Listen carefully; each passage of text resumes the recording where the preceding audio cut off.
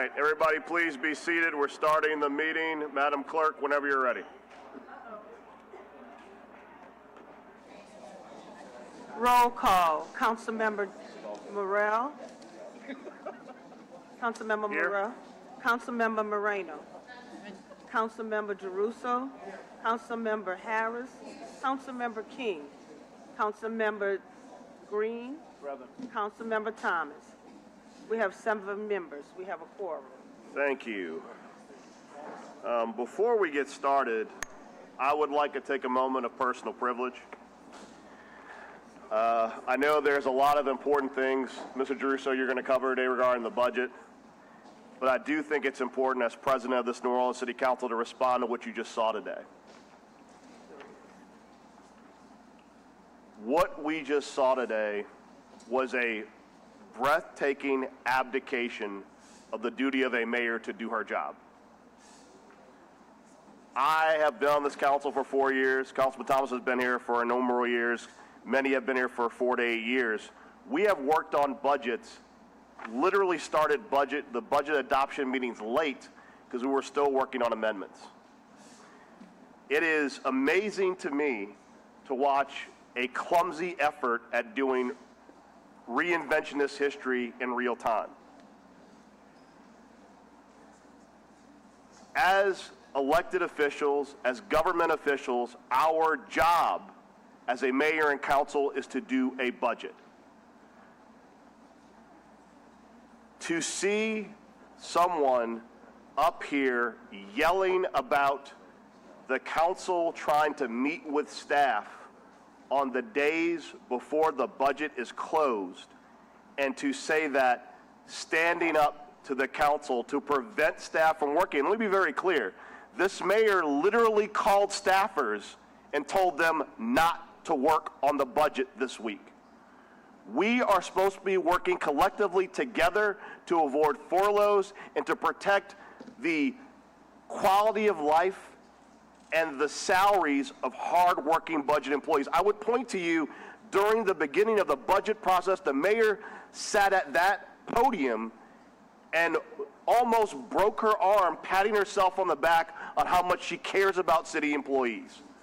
But when you have the city council working to recognize revenue to avoid furloughs, the mayor found the time to be on a float on Thursday and Bayou Classic on Saturday, but she could not find the time to do her job. I know the election is over, but everyone up here is still in elected office, and the mayor's still pulling a paycheck. And to not care about how her action or lack of action is going to impact employees and city services next year shows you that this petulant child has taken the ball and gone home. The fact that she would not let our budget chairman present information at REC, the level of disrespect that she had for this council and the public. Remember, ladies and gentlemen, the mayor of the city of New Orleans has had public meetings every budget season except for 2, under Mayor LaToya Cantrell. Last year, the council, led by Councilmember Jeruso, held the budget meetings in her absence. This year, she didn't even pretend to try and have public meetings.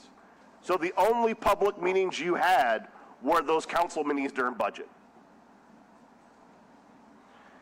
It is beyond disappointing, but not surprising, that when the opportunity presented itself for the mayor to move past her personal issues, to move past her personal grudges, and to work with this council to protect the people of the city, and more importantly, to protect the workers she always wants to mention in her speeches, she said no and stormed out of here. So what I commit to you here today is this council will work. We worked through Thanksgiving. We'll work through Christmas. We will work every hour of each day to get this right because we know what our jobs are. Unlike the mayor, we're not waiting out the clock. Councilman Vice President.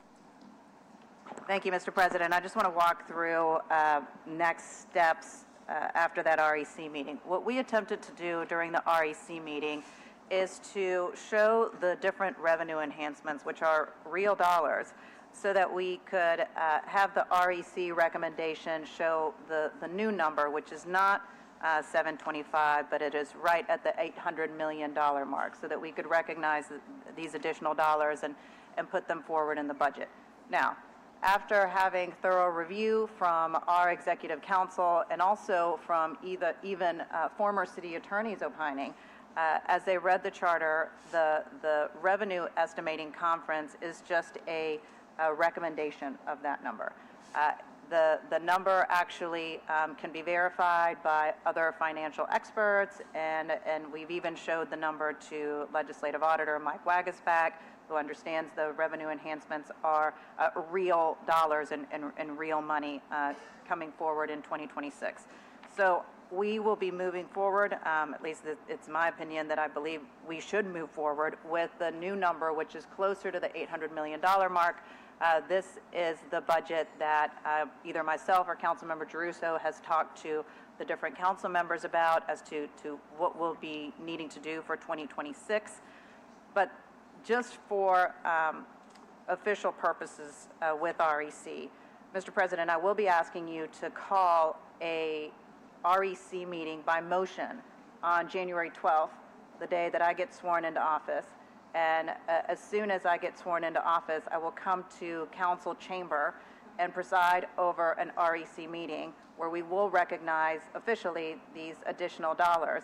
And then after that, I know that at the noon hour, the new New Orleans City Council will be sworn in. So those are the next steps that I'm recommending. Appreciate that. I want to thank everyone for being here today, and thank you for your time and attention. I know that this has not been the process that we all hoped it would be, but as I said, I want to remind everyone that this council, the current one, is committed to continuing to work every day, including holidays, to make sure that this is done. And I would be remiss if I did not say there are plenty of people inside of the administration who did work on the holiday to try and help us get to where we're being here, despite the efforts of the mayor to tell them to not work. Madam Clerk, back to the record. We're just going to continue, sir? I'll take it from here. Okay. I have a run of show. What we ordinarily do, so everybody knows, is go in this order: ad valorem tax levy, special taxing districts, the two capital budget ordinances, 35255 and M25514. Then we will go over the operating budget of revenues and expenditures, fees for notarial services, New Orleans Tourism and Cultural Fund, Aviation Board, Delgado and Banjo Plantation, French Market Corporation, Municipal Yacht Harbor Management, OPCD, New Orleans Building Corporation, Housing Trust Fund Implementation Plan, and Technical Adjustments. There are a couple of items that have amendments. Obviously, the operating budget will. If you have comments, two things. One, obviously, we ask everybody to keep the comment germane to the item. So please don't comment about mosquito control, New Orleans Building Corporation, because the two aren't related.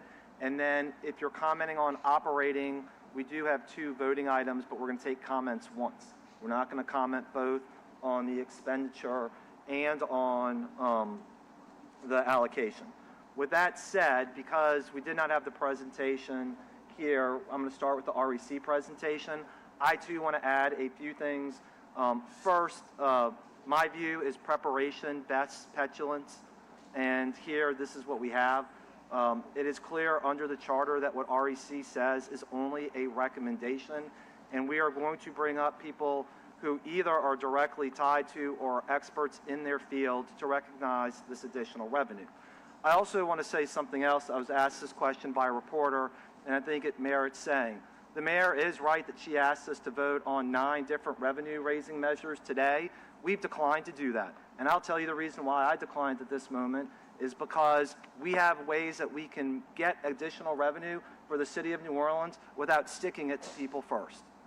And I think that is our first job, is to look at every single place, as Mayor-elect has said, under every single couch cushion that we possibly can in order to get this done. And that's what we're going to do, and we're going to present to people so that way there can be a decision that is going to be made today about that. And then last, I'm going to before I get to the presentation, and I'm going to jump out of order a little bit because I know people have planes to catch, so I may call you out of the order. I'm going to ask Ashley Becknell to briefly go through the charter provisions because we are going to create a record here today about why we recommend recognizing more revenue so that way people are not unduly furloughed, people are not unduly fired, that people can get the services that they need without raising revenue on their backs first. Yes, council members, under our charter, we are required to have a balanced budget. However, in section 6101, the forecast adopted by the REC, quote, shall constitute a recommendation to the mayor and the council. Furthermore, in Charter 61024, the charter provides that the estimate of the revenue may differ from the revenue in the official forecast. If it is more than 3%, information on the difference and an explanation thereof shall be submitted to the council. All right. So very clearly under the charter, what we received through REC is a recommendation, and we couldn't even go through the process of getting a recommendation, a non-binding recommendation. But now we'll go through it. So I have up on the board that has been prepared a revenue estimating conference. This was circulated numerous times. We even tweaked it again this morning. I mean, that's what happens when you're in budgets, is that you're working until the last minute. What I'm going to do is go to the first slide, Sadie, if you don't mind, is consideration of revised revenue projections. You'll see there's Sewage and Water Board, Wisner, American Rescue Plan, and parking enforcement increase in collections. Because I know Mr. Johnson has a flight to try to catch, I'm going to start out of order with ARPA first and then try and go order through there. So if you don't mind, Mr. Johnson coming to the podium, and Sadie, if you don't mind going to slide 7. And I think there's a few points to be made here before Mr. Johnson gives his recitation. Number one is the city received almost $390 million from ARPA, a significant portion of which went to recurring lost revenue and others for other programs. At the end of the presentation, we can show this, Sadie, maybe as Chris is talking. There are a number of programs for which money is remaining, including Thrive Kids, Ninth Ward Field of Dreams, other projects that the money is significant but that we're not cutting, several of those. And then certain programs for which we're taking 100% of the money or 75% of the money as well. I will also say that of the remaining $14.2 million in unspent, the decision was made to reclassify roughly a third of that, 14.75, in order to make sure, again, that we could do things internally. So with that, Mr. Johnson, will you please explain federal government guidance on what's going on? I will also just add one thing outside of his explanation. The contracts that have been signed with any organization very clearly say, and Chris, correct me if I'm wrong about this, is that any contract can be terminated for non-appropriation. That's done all the time because, in other words, you can't bind city or the state or other agreements. So in other words, if the money isn't there, the contract isn't valid. And that is in Section 6, Article E of the sub-recipient agreements. So with that, Mr. Johnson, if you wouldn't mind explaining. Good morning. So I'm Chris Johnson with Jones Walker. We have the honor of representing the city in Washington. Councilman Giarrusso and others with the city asked us to look into ARPA and whether ARPA would allow for reallocation of existing ARPA funds that the city has received. In doing that, we have reviewed, as you would expect, ARPA and the state and local recovery fund section of ARPA. We've reviewed all the guidance that the Department of Treasury has put out, their final rule. They put out seemingly endless, frequently asked questions and answers. They've put out a compilation of all of their guidelines. We've also reviewed the city's internal guidance on ARPA, including a letter from Andrew Sensi to, I think, a number of you all. And moreover, we have consulted with Witt O'Brien's, which is really the leading ARPA expert company in the United States. And I gave to Councilman Giarrusso, and hopefully all of you all have it, a memo, a so-called justification memo that Witt O'Brien's prepared on this topic. As the councilman mentioned, the city has received $388 million in ARPA funds. As of December 31, 2024, all of the ARPA funds that the city has received have been obligated across 94 projects and 188 subawards based on the information we've received. Under the guidance that Treasury has put out with regard to ARPA, funds that were obligated by December 31, 2024, that is to say, funds that were committed under contract or obligated, can be reallocated to other eligible projects, including police salaries and other salaries for public safety officials.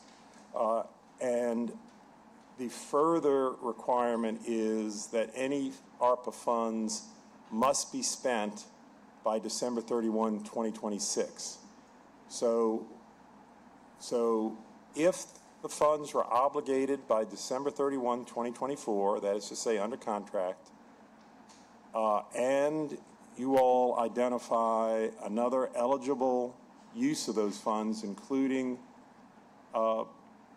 payment of police salary or police overtime, and that payment is made by December 31, 2026, under all the rules and guidance from Treasury, that can be done. That is legal. I would add that there has been some confusion because Treasury initially said ARPA funds could not be reallocated. And I think there's been some confusion here about that, but they are very clear now in their guidance that under the rules that I've just mentioned, funds can be reallocated. So if you all decide to do so, it would be, in our opinion, allowable under existing guidance to move the $14.75 million in ARPA funds that the councilman mentioned. And I would also add, just quickly, this is being done by cities and states all across the country. Kansas just moved and reallocated $50 million of ARPA funds in the last month or two. So this is happening all across the country. And if you follow those guidelines that I've mentioned, it can be done. It's up to you to decide whether you want to do it, but you can do it. Councilman, that really is all I need to say or had prepared to say. Thank you, Mr. Johnson. Councilmember Thomas, and council members, I will do my best to look your way as the machines aren't working. Thank you. Thank you, Mr. Chairman. You know, when you talk about funding, if everything can't be funded, there has to be a decision about what will be funding or whatever the reallocation is. I mean, that's Budget 101. That's not rocket science if you don't have enough to fund everything, but the work has to be put in to determine what you prioritize with this limited amount of money, or would you prioritize as it relates to meeting those federal deadlines. So along that line, and we had sent some memos or some discussion around ARPA funding, especially as it relates with the Office of Criminal Justice, NOPD, and the Forensic Lab, as well as many other programs that relate, I think, to juvenile justice and getting out in front of some of the stuff with the Criminal Justice Committee that I chair. and the OCJC. I think, Mr. Large, I don't think you've responded, but there are some programs and potential CEAs that about either reduction or not being proposed. And I want to know, especially because of the organizations that are looking to for this funding, the CEA between NOPD and the Washer Hill Lipscomb Architecture LLC for the Crime Forensic Lab Biology Unit. I need to know the status of that. The next thing is the CEA between OCJC and the Arts Council for the Young Artists Juvenile Diversion Program, extremely important. And the CEA with the OCJC and the National Assessment Center Association for the New Orleans Youth Assessment Center, as well as the last thing is CEA with the OCJC and the Family Center of Hope for the New Orleans Youth Assessment Center. Okay, yeah, well, I didn't know that until you told me. So I just need to know, reduce to what? And when I talked about the process, that's what I meant earlier. There's still a lot of question marks. It shouldn't be a Laurel and Hardy show. It should be a fact that we have this much money and we're proposing to eliminate this, reduce this, or have revenue enhancement proposals so that maybe we can minimize the cuts or eliminate them. That level of discussion hasn't happened at any level like I've been used to pre-getting reelected again or now. So if someone can give me a status on these CEAs, I'd appreciate it. Councilman, thank you. I do not. Yeah, Brandy will take that. No, that's really not for you. It's just an opportunity based when you talk about reallocation. So the programs that were listed in the email, the ones you just mentioned, including the YAM program, are included in two of the line items that are going to be reduced. So the first will be juvenile probation, parole, diversion. Most fall there. The remainder fall under the NOPD summary project. So then the question is, why am I just finding this out? Well, in fairness, like, I came to you and talked to you about these. Now, I understand you may not know the particulars, but And we I did talked talk about to you that. we talked last week about what was being cut and where it was, and this was the number that was happening. Okay, and the last thing you told me, though, was I will get you more detail. Well, So, well, you know, if it's going to be said, we want it all to be said. I totally understand. Okay. I'll also say this, too. I'm the one who put the $5 million into the budget for juvenile probation, parole, and diversion. It hurts me to take it out of it, but the fact that, you know, almost all of it wasn't spent and $250,000 in addition wasn't spent shows me OCJC wasn't spending the money appropriately. And now I've got to make a decision between, am I doing outside programming, are we fixing potholes, or are we getting lights changed? Well, look, the point for me is, I think Councilman Morrell said, until I ain't here, I'm working, right?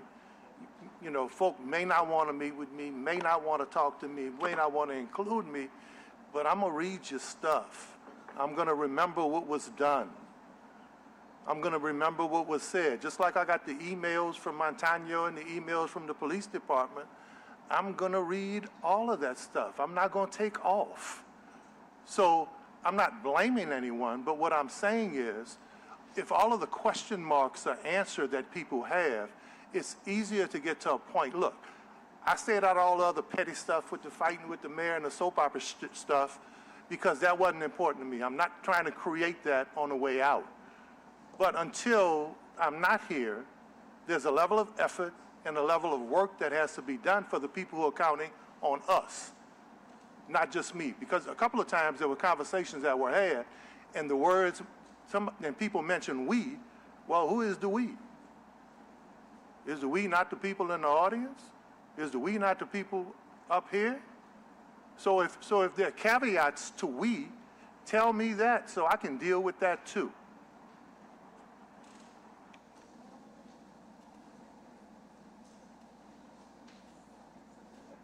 All right, thank you, Mr. Johnson. Thank you. All right, then we'll go to Sewage and Water Board now for their presentation. And I don't know who wants to come from Sewage and Water Board. And against Kyle, too, if you don't mind coming, because all of this is together. On this one, too, again, I didn't get in this to REC, but we literally had a meeting with Sewage and Water Board, Finance, myself, and the transition team to discuss these numbers. So the idea that nobody knew about this and it couldn't be verified is inaccurate. Guys, I'll just read kind of the first top line and then the second one, and then let's please, if we can focus on bullet points 2 and 3. What we want to recognize is a little less than $30 million in revenue, $29.5 million. I said this privately, but I think it bears repeating. According to the city, there's total reimbursement due by Sewage and Water Board of $80 million plus. There is going to be healthy debate about what that number actually is. But for purposes of today, we want to recognize $29.5 million. And what I'll do is let Sewage and Water Board, if it's okay, address item number 2 about where that money would come from, and then Mr. Holman about how we recognize that money in item number 3. So with that, Randy, welcome to Chambers. Great. Good morning. I'm Randy Heyman, Executive Director for the Sewage and Water Board. I have with me Steve Nelson, our General Superintendent, and Gray Lewis, the Head of Finance. Randy, can you bring the microphone a little bit closer just so everybody can hear you, please? Thank you. Yeah. Of the number $29.5 million, we agree with that number with the understanding that I spoke before the Water Board at the November meeting and mentioned that we had about $19 million of the FEMA reimbursement. And so having met with you this morning, we discussed it, and looking at it, if we extend the timeline to include till December 2026, then we are in agreement that the $29.5 million in reimbursement we should receive by that time. All right, I just want to say that again so everybody understands, which is, remember, this is about recognizing revenue for 1 year, and what Sewage and Water Board is saying is $29.5 million will be reimbursed to the City of New Orleans before December 31, 2026. That is our expectation. Yes. Okay, thank you. All right, now, Mr. Holman, can you please explain about now how the city recognizes the revenue? Yes, so Kyle Holman, Director for the Project Delivery Unit. So the revenue that will be coming in from Sewage and Water Board through the end of the year will be recorded to a deferred revenue account so that we can recognize that revenue for next year's general fund budget. And then next year, when the revenue comes in for the bonds, will be used to pay back what the receivable that Sewage and Water Board is paying back currently. All right. So, in other words, we now can potentially recognize 14.75 from ARPA and 29.5 from Sewage and Water Board. Are there any questions from the dais? And for the audience, I will let you make all your public comment when we get to voting on this and the amendment. I have a question. Yes, Councilmember Morrell. It's nice to meet you. Appreciate you being here today. Can you tell me, was the mayor at that Sewage and Water Board meeting? She was at the meeting where it was part of my Executive Director report. So all the information, $20 million. so all the information you provide to us, she was at that meeting? No, to be fair, at the meeting, I discussed $20 million Okay. to the end of this year. Pursuant to meetings that were held this morning with Councilmember Giarrusso, we were able to say we could agree to $29.5 million going to the end of next year, December 2026. That was not part of the... So the additional 9 was not disclosed at that meeting? That's correct. That's correct. And Councilman Giarrusso, when we were contemplating the mayor's proposed budget in October, was the $20 million there? No. Okay, thank you. Thank you. Thank you all very much. We appreciate that. Next up, we'll move to Wisner. And I think, to borrow one of my favorite words, we're not going to belabor all of this per se, but it does merit the reason that we're recognizing more revenue this year is as a result of our settlements with LSU and Tulane, which not only increased our funds on hand, but will at a minimum increase our revenue for next year. And then the one I think Ms. Barrasso, who's at the podium right now, will have to explain the most, is why there's a tax return as well. I think that is not self-evident. So, Judy, would you just mind walking through Sure. in order each of these and how we added all of that up to get to 16.4 million? Right, so these are three different pockets, and the first pocket is money that's already in the bank, which is the 7.6 million. And that money actually came from three different pockets as well. The first part of it came when we made a deal, had an agreement with the other side that we would limit the amount of a suspensive appeal bond that they had to post, which could have been substantial, in return for the city getting its percentage of money right now to use. And that was 35% of the share of the money was distributed in July, along with 12% of these total proceeds, which was Tulane's share, which we were getting because of the settlement that we effected in early July. And that was 4.9 million. Then in October, another payment was made, which was the same as a quarterly distribution of what I just described. The city's share of 35% and Tulane's share of 12% and a BP settlement payment. And again, the city was getting that money because of the agreement that we were able to get in July, saying, okay, you're not posting a big bond, but we want the money now to use. Then in November, well, actually, we settled with LSU in August, but it's taken until November to get that money because of opposition that we had to deal with in court. But that money, I understand, was paid last week, which was 1.5 million. And that, again, that's LSU's share from 2023, 2024, and 2025. And we'll get another payment, the city will get another payment in January of those payments. All right, I'm going to stop there. I just want to make sure nobody on the council has any questions about that. Does anybody have any questions about how we got to the cash on hand portion of this? Do you have one? I can't see your machine. Oh. You just got to reboot it. Oh, it's being rebooted? Well, you need to reboot it manually. Okay, all right. Justin, why don't we get some up here to do that? So, just a bit of clarification. Are the Wisner heirs appealing all these judgments, trying to undo them? Yes. Yes, and whose side is the mayor on in that litigation? The mayor at present is on their side, challenging the judgments we obtained in our favor. So both the money we have obtained currently and the next payment in January, that's toward solving this fiscal crisis, the heirs are seeking to undo all of our wins, and the mayor is on the side of the heirs to get the city less money. Well, this money, though, is now undisputably the city's. Right. That's not longer. But as far as the legal proceedings, the heirs are seeking to have the city have less money because winning the ultimate judgment gives us all the money.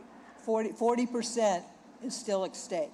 Right. And the mayor is on which side in that litigation? The mayor's opposing the council and saying the city doesn't get that 40% and doesn't own the property. Okay, thank you. Yeah, I think Councilmember Morrell, before I get to Moreno, the point you're making is if the council and later the city are ultimately successful, the revenues increase. And that is without taxing our residents. Councilmember Moreno. Thank you. And Councilmember Giarrusso, to that point, on January 12th, when I take office, I've already let you know, Ms. Barrasso, that the mayor's position will change. And it will no longer be on the side of the heirs.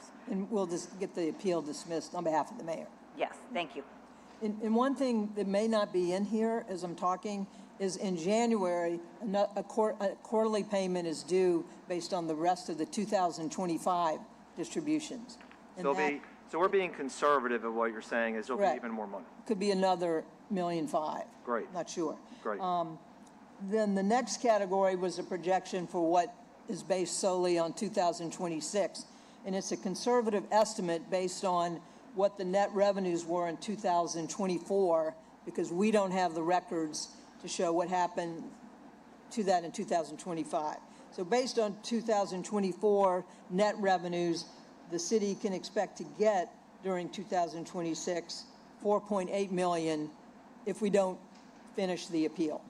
based on the undisputed amount that the city owes. And Ms. Barrasso, I want to thank you because I did the math and I thought it was 6 million and you told me I was being too aggressive.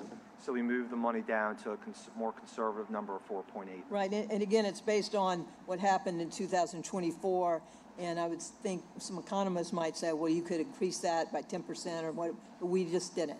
That's So perfect. we're being conservative. And then the last one, the federal tax return, which is the least evident of all of these. Will you please explain that?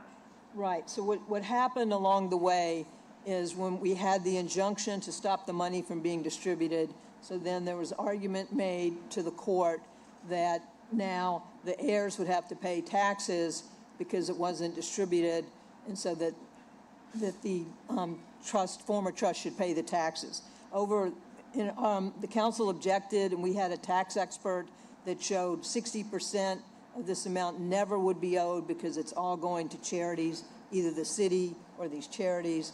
But they insisted, and the judge said, okay, I'm going to let you pay the money. And now that we've won, they said, okay, now we don't have to pay in 2025. They paid a bit. But we can try to get that money back. And that was something that the mayor and her representative agreed that the taxes should be paid over our objection.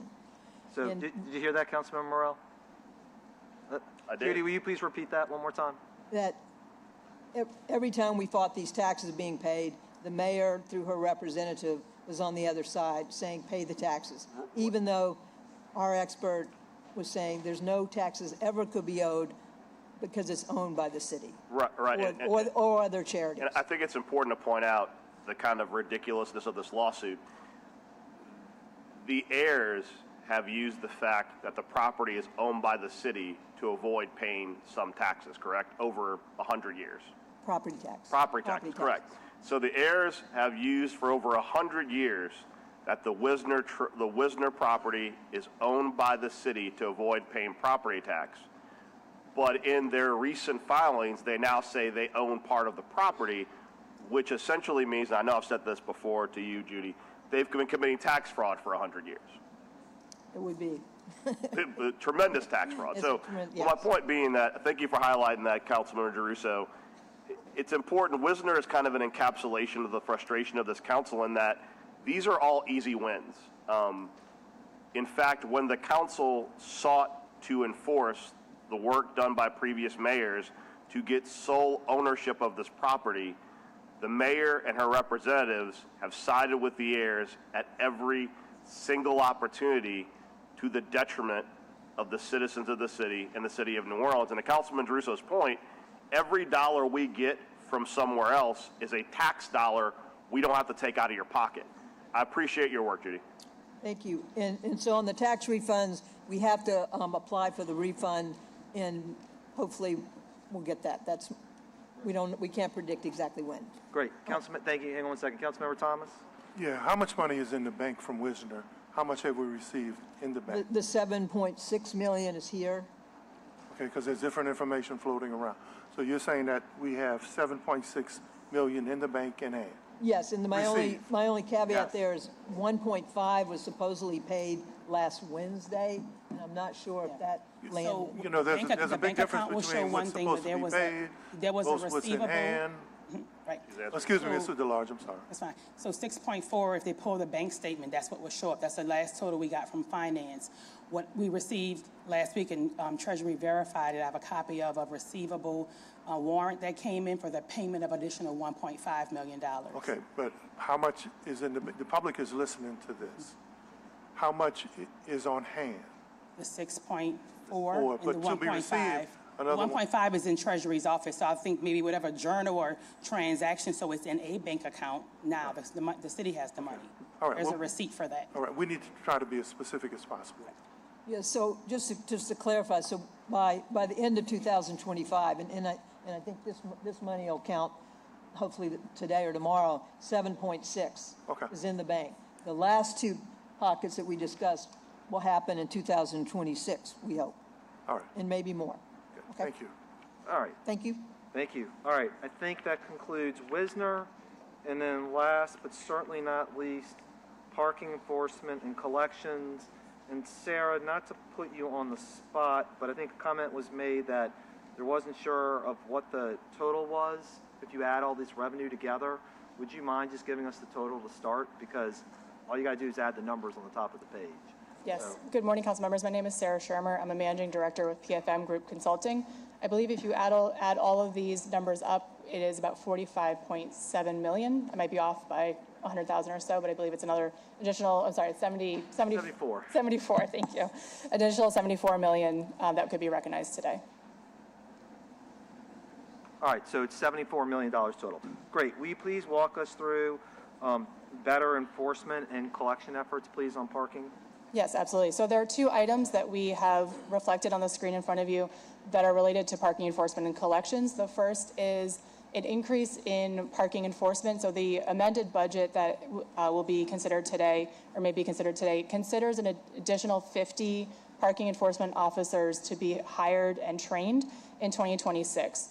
We believe with the increase of these parking enforcement officers that a conservative increase in parking enforcement collections would result in $7 million in 2026. So this accounts for the period to hire those 50 employees, train them, and then recognize those collections throughout the year. The second item is related to increased collections for parking tickets that are already outstanding. The city has over $100 million that is owed to them in parking collections. We believe with an increased effort to collect that revenue, much of which, over $11 million of which has been issued just in the last 3 years, that the city could recognize another $6.5 million strictly from increasing its collections on those outstanding tickets. So in total, I realize the math is simple, but it's 13.5. 13.5 million from parking enforcement and collections. Okay. I guess, thank you, Sarah. I guess before we move on, I'm sorry, Councilmember Thomas, yes. Yes, excuse me. Just to touch on something briefly that I mentioned to you, one of the notes that I made when I saw that this was being proposed. The heart of the funding is in the contract. So in the metrics that determine how much the municipality receives versus how much the contractor gets, when does that contract come up, and would it be prudent for the next administration to negotiate a better contract where the metrics are more in the city's favor versus just relying on enforcement? When is that contract due? I don't know the date when the contract expires, but you're correct that there could be additional opportunities for collections there could be additional ways to increase collections next year. The number that we've presented today reflects just an increase in parking enforcement officers. Because one of the problems historically with this contract is that relying on enforcement, which we know the public doesn't look forward to that, versus what does the contract yield, especially given the fact that they get their money first, and then the rest comes to us. So I would hope that moving forward that there's a look at that contract and look at how the scale in terms of how the municipality is paid leans more our way than the out-of-town contractor. Thank you. Thank you. Yeah, Councilmember Moreno. Councilmember Thomas, ask and you shall receive, because already the transition team is bringing in experts in to do a review of not just this contract, but all city contracts and vendors to see what could potentially be renegotiated and what potentially should be canceled. And so that is something that I agree with you on. I think it is very important to make sure that we are getting the best for the people of New Orleans as far as our contracting goes. And it does appear that we are bloated on some of the contracting pieces, and that there is certain work that we actually, and we've talked about this a lot during our council meetings, that we should be bringing in-house rather than outsourced as well. So yes, I appreciate your comments on that, and that is certainly something that it is happening, and we'll be ready to act on it by the time we take office. Yeah, thank you, Mayor-elect, because in my meeting with Councilmember Giarrusso last week, that was one of the most obvious things, that to focus on enhancement and enforcement is one thing, but to focus on how you renegotiate contracts that give us a greater yield. So thank you, Councilman Giarrusso, and thank you, Mayor-elect. Thank you, Sarah. In closing out this, I just want to note before we start getting to voting items that I'm still surprised by not having a recommendation go forward, because the first item, Sadie, you might just go into the first slide again. Sewage and water board collections is what the city itself says it's owed. And all we did was facilitate that payment and have a payment schedule for that to be recognized.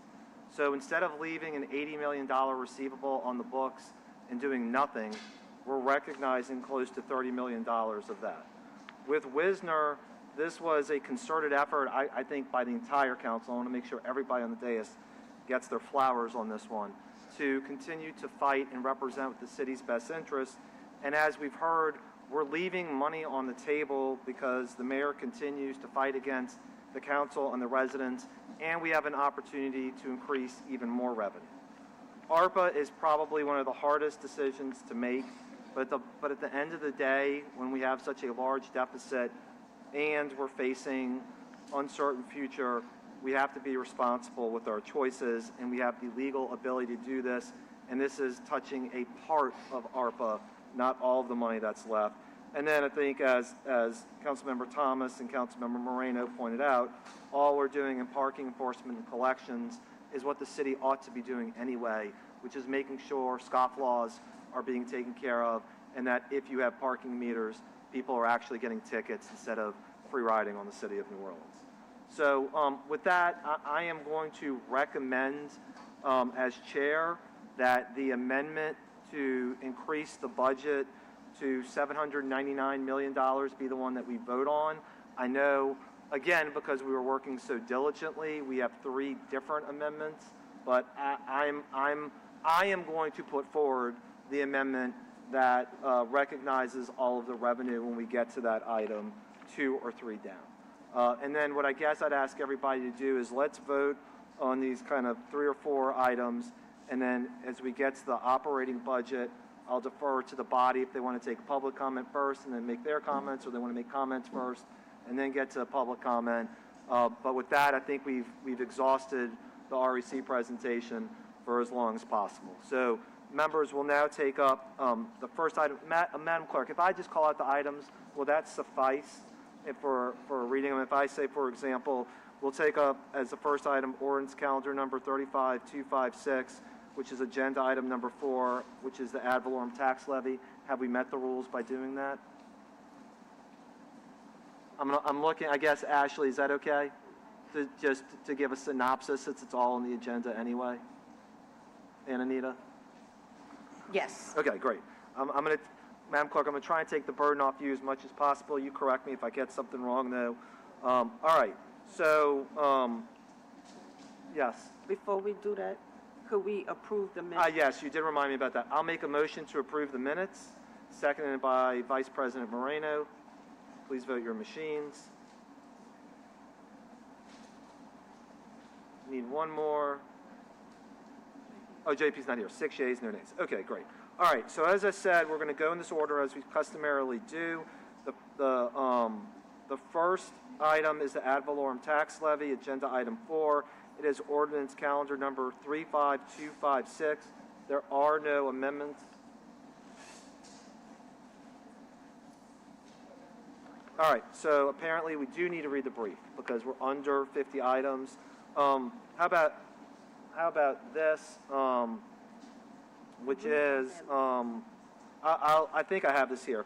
An ordinance relative to the levy of ad valorem taxes upon the assessed value of all property, real, personal, and mixed, subject to taxation in the city of New Orleans, and relative to the levy of ad valorem taxes on property located in special development and security districts in the city of New Orleans for the year 2026, to levy millage rates for the year 2026, and to reallocate the tax receipts for state millage and otherwise to provide with respect thereto. All right, so I'm just going to take care of it to move things along. I have comment cards on Mr. Burnside, and Ms. Morris will put you with the operating budget. Ms. Kinlaw, you wanted to speak on the ad valorem. No, Mr. Burnside, your comment is about operating. I don't think do you have a comment about you got one? Okay. Well, then I'll get to you since you're up, and then Ms. Kinlaw, go ahead. And then Ms. Kinlaw on ad valorem. But again, I'm going to remind everybody, please keep your comments germane to the item. Michael Eric Burnside, 2215 Felicity, Germanity. All right, so ad valorem taxes. Ad valorem taxes are an income stream to the city. We have places around us, including Jefferson Parish, that assess ad valorem taxes, but they do it differently. So if you want an income stream, I would suggest that you do ad valorem taxes somewhat differently than we currently do them. So in Jefferson Parish, you get your money earlier than you do here in Orleans Parish because the rules are different, and you should look into them if you want an income stream.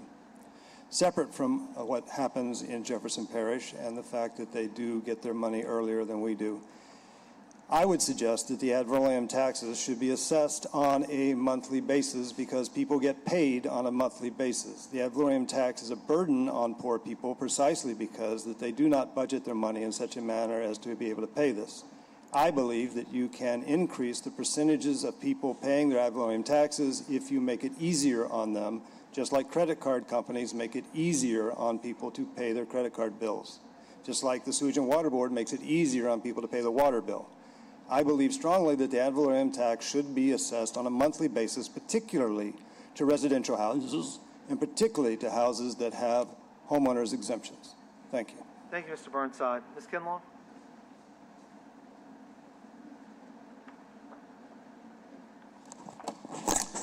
I wanted to utilize this time to emphasize a request that we've been making since September 29th.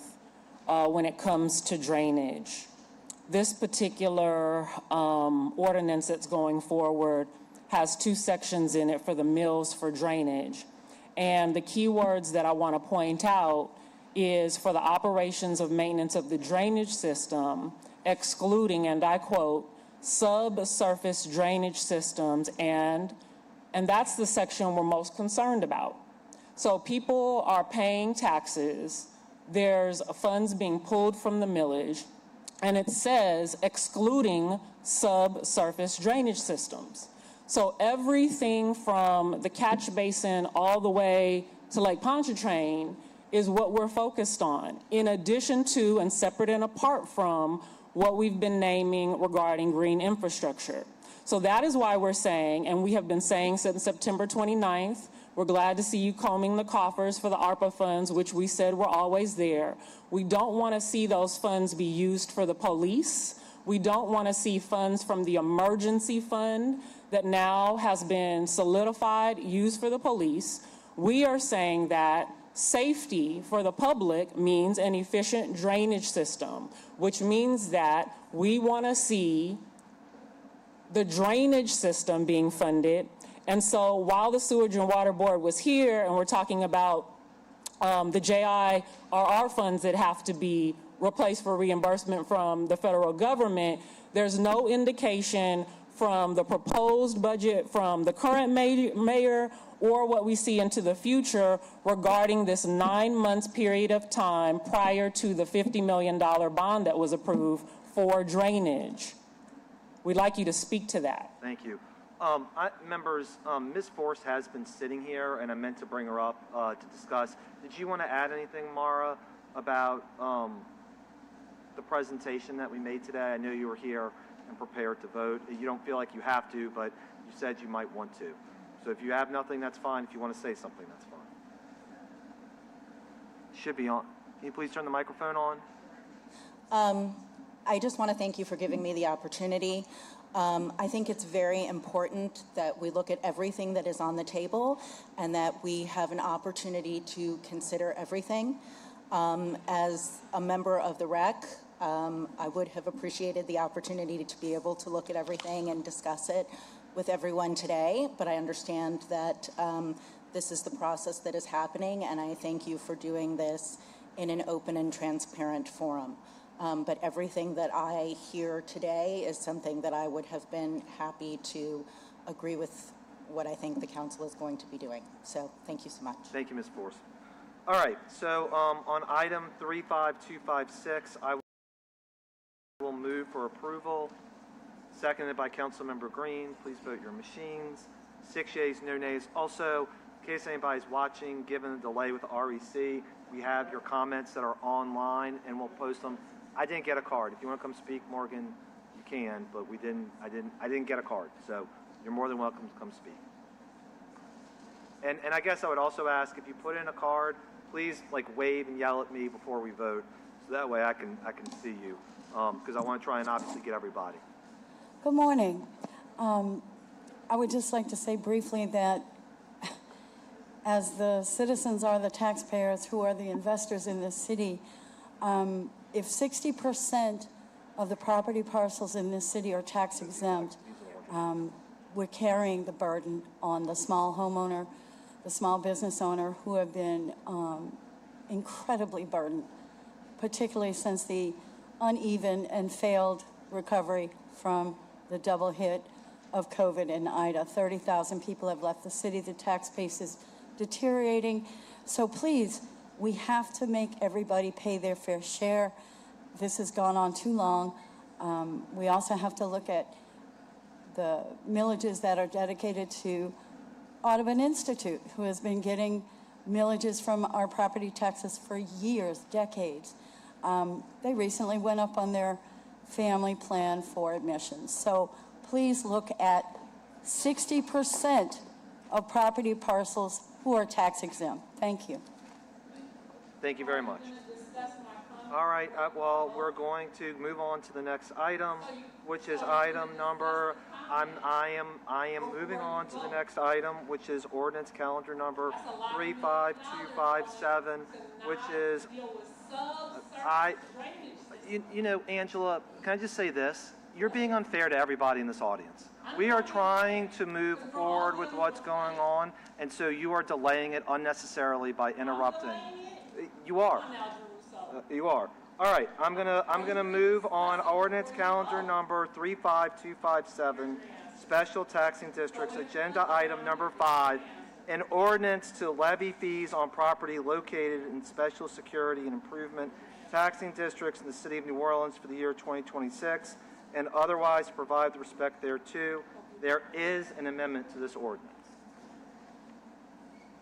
There's an amendment by Councilmember Jeruso by request, and the explanation is adjustments made to levy the proper parcel fee as set by Broadmoor Neighborhood Improvement District, Lake Vista Crime Prevention District, Tall Timbers Crime Prevention and Improvement, Upper Audubon Security, and Lakewood Crime Prevention and Improvement. All right, I'm going to move on the ordinance as amended. On the as amendment. the amendment, sorry, on the amendment. Thank you. On the amendment, Councilmember Green. This is why the city closed, right here. 6 yeas, no nays. All right, are there any comments on ordinance calendar number 35257, special taxing districts as amended? I have no cards. Seeing nobody in the audience, I will move on this as amended. Seconded by Councilmember Green. 6 yeas, no nays. All right, the next item is ordinance calendar number 35255. It is agenda item number 3.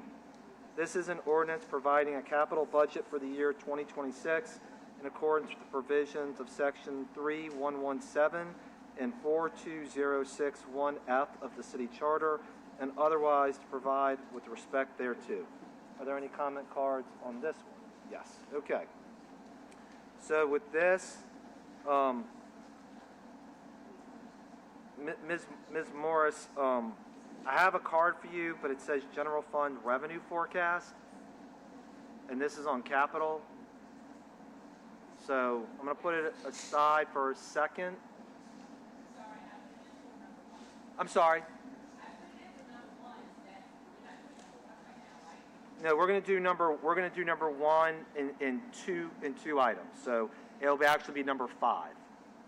It'll be right now we have capital budget, then we have the 5-year capital program, then we get to item number 1 on the agenda. So I'll put you with that. Thank you very much. And I've got your other card for it too. All right. I have one from Monique Harden. It doesn't look like, Monique, are you here? Hang on, I'm going to get to it. Monique, are you here on the Capitol? Got it. Thank you. All right. Morgan, you are for capital budget, Angela for capital budget, and then Bruce Riley. Got it.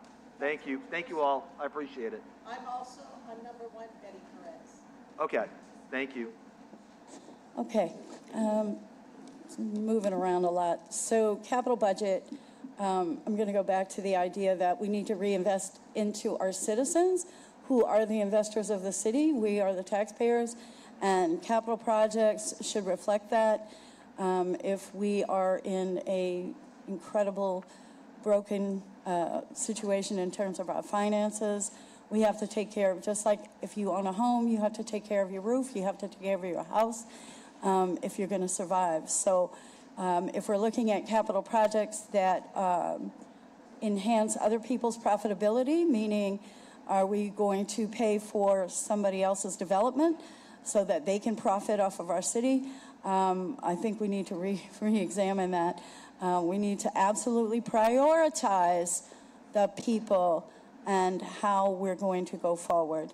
And capital projects oftentimes gets lost for most of the citizens of this city, and we don't have a good handle on how the money is being spent. So this recent $500 million bond that passed, bond sales, we're already paying off, I believe, another previous $500 million bonds. So if we're in this much debt, we better see some real visible change for the quality of life of our citizens. Thank you. Thank you. All right. Angela, then Bruce, then Michael Burnside. Okay, 3 quick things. I'll wait. Okay, 3 quick things. Number 1, it has a $0 amount, so I'm not exactly sure what you guys are voting for, so maybe you could speak to that on capital projects. Number 2, the good news is there was a window of time for the City Planning Commission proposing to the council an opportunity for you all to give feedback. And we spoke about 3 things that we wanted to see be included in the feedback when it comes to the New Orleans Public Libraries. We talked about the $2 million that is due back to the library for HVAC and roof.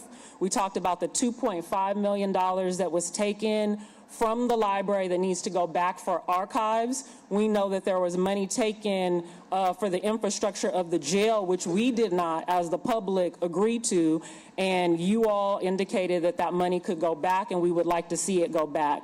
We also want included in the feedback the need for a standalone library in the lower 9th Ward with no interruption of current services for the current library.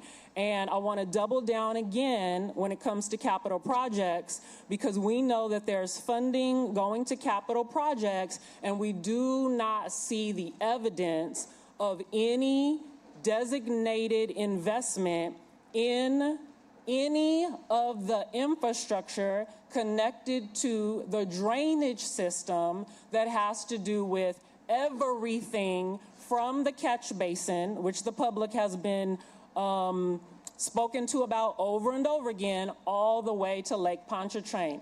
Those are the things we have been demanding consistently since September 29th, not additional funds for the police that are already getting $162 million, which is the most of this budget. Thank you. All right.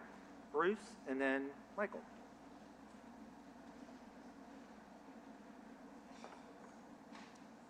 How you doing, everybody? Bruce Riley, The Vote. On October 31st, I put in a public records request for the city's most visible capital project, which would be the jail expansion right along the highway. You can't miss it if you come into town. You can't miss it if you leave town, right? Over $100 million. I cannot find that money anywhere in the capital budget book, nor last year's budget book. The public records request got pushed off till November 21st. Eventually, they told me, because I was looking for any contracts which are not, I can't find any in brass for those contracts. Over a $100 million project. I couldn't find anything about this project anywhere. I wanted to know how much money's been spent, how much money is being owed. Nothing. They're not responding to me. They said because of a hiring freeze and loss of people that would fulfill public records requests, basically they can't do it. Therefore, I would have to go to court, which would tie up the city even further. And so if we can't keep tabs publicly, transparently, on the city's largest and most visible capital project happening right now, how are we going to handle the smaller ones? And honestly, I'm really confused about my city, and I don't know where to go, and I don't know how to trust anyone who works for this city if this is the level of experience that we all get about an over $100 million project in your district, Councilmember Harris. Where is the transparency that people run on when they run for election, when they talk about, when they get on the news? Why have all these hearings? Why have public input? Why have this whole facade if we can't keep track of a $100 million plus project that's yet to be completed, that we went to court to fight, and we lost the fight? And we tried to sue you all saying that it wasn't done appropriately. It was very mysteriously allocated, and today we're still mysteriously wondering how it got allocated. So when we fight about $2 million here, $1 million there, $5 million there, I ask, where's the $100 million plus on the jail expansion? Thank you. Thank you. Mr. Burnside?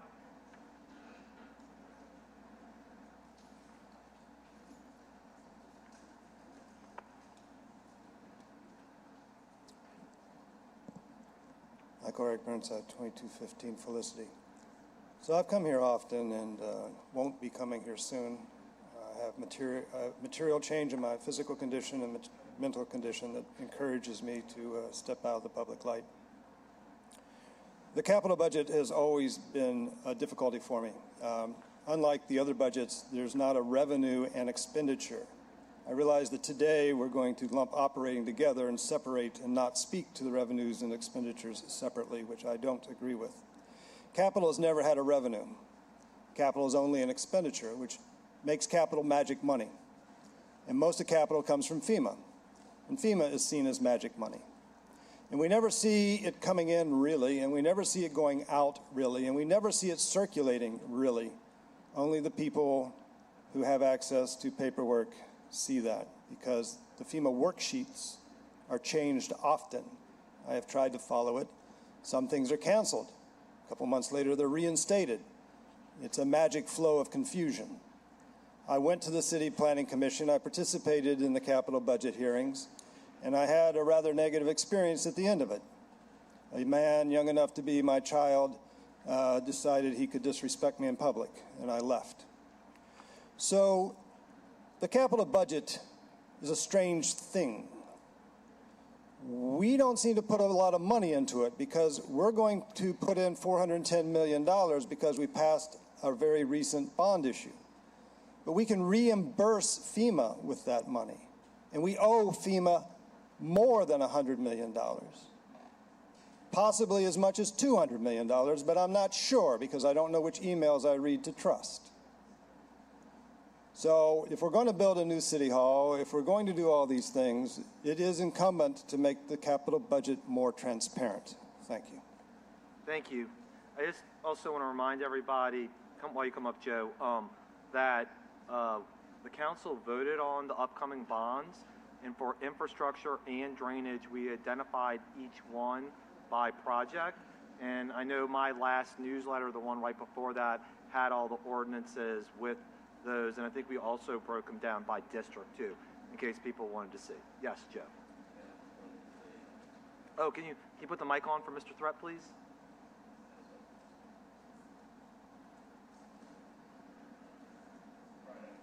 Yeah, I just wanted to respond to the last gentleman's comment about the OJC Phase 3 medical facility at the jail. We do have contracts on that. That's a combination of both FEMA and bond funding, and I've got Kyle Holman talking to him right now. I think we responded through document controls for that, but we'll make sure he gets those documents. Thank you. All right, with that, I will move on ordinance calendar number 35255, seconded by Councilmember Green. 7 yeas, no nays. The next item on the on our run of show is agenda item number 8.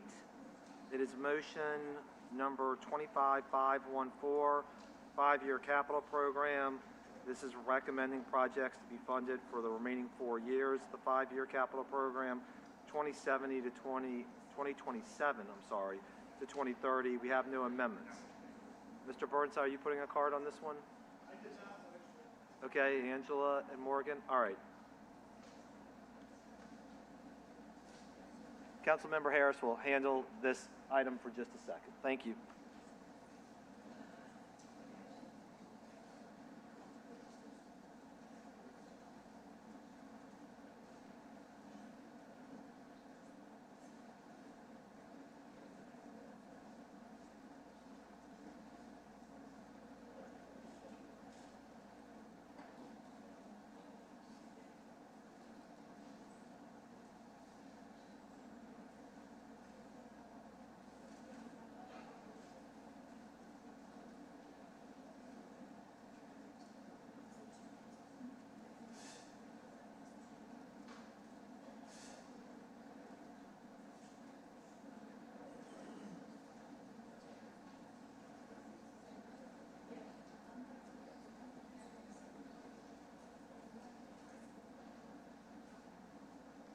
All right, I am taking this up for Councilmember Druso and Michael Eric Burnside, followed by Angela Kinlaw.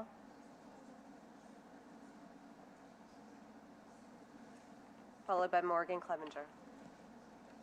Michael Eric Burnside. So unlike the previous voted motion, which was the specific one-year capital program for 2026, what we have here is a forward-looking program from 27 all the way to 30. If we read it, we find a significant amount of information about our airport. There is a lot of planning, forward-looking, over years for our airport. Other than our airport, the 5-year capital program is essentially vacant. There is very little information on that document other than the airport. It is, in fact, as if either A, we do not have a 5-year program, or B, we do not wish to discuss it in public. I think that this is partly because most people in the public don't read it. Certain promises were made on the campaign trail with regards to a new city hall. That new city hall is not in the 5-year capital program that I was able to read. There are other major investments in this city that are in the public realm of discussion that are not reflected here. So I'm not a kind man anymore. And so I will say a bitter thing, which is I'm not sure why we need a 5-year capital program. Thank you. Angela Kinlaw.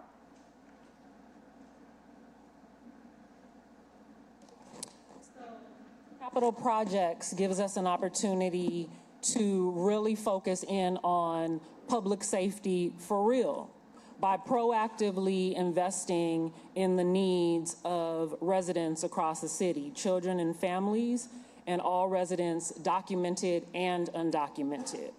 It is important that those points of feedback that were provided regarding the New Orleans Public Library, that we get 100% support from the City Council regarding that input prior to this capital budget being approved. And we are also reminding people again that in 2025, when the City of New Orleans transferred from DPW over to the Sewage and Water Board what's considered to be the minor sewage, that means somebody still has to be responsible for funding those particular projects. There has to be an actual collaboration between the City of New Orleans and the Sewage and Water Board. They say you're in good partnership. Well, this is the time to demonstrate it with drainage. And the thing that I want to emphasize regarding that is that even with the $50 million bonds that have been approved, you all do not currently have that money in hand.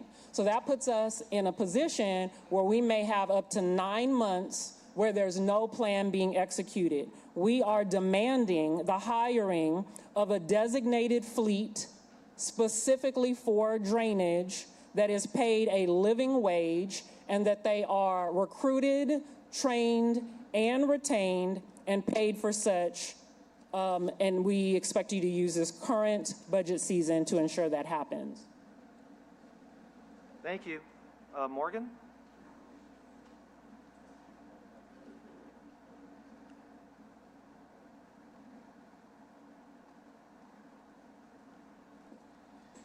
Well, I'm going to have to agree with Mr. Burnside. This is magical thinking here because I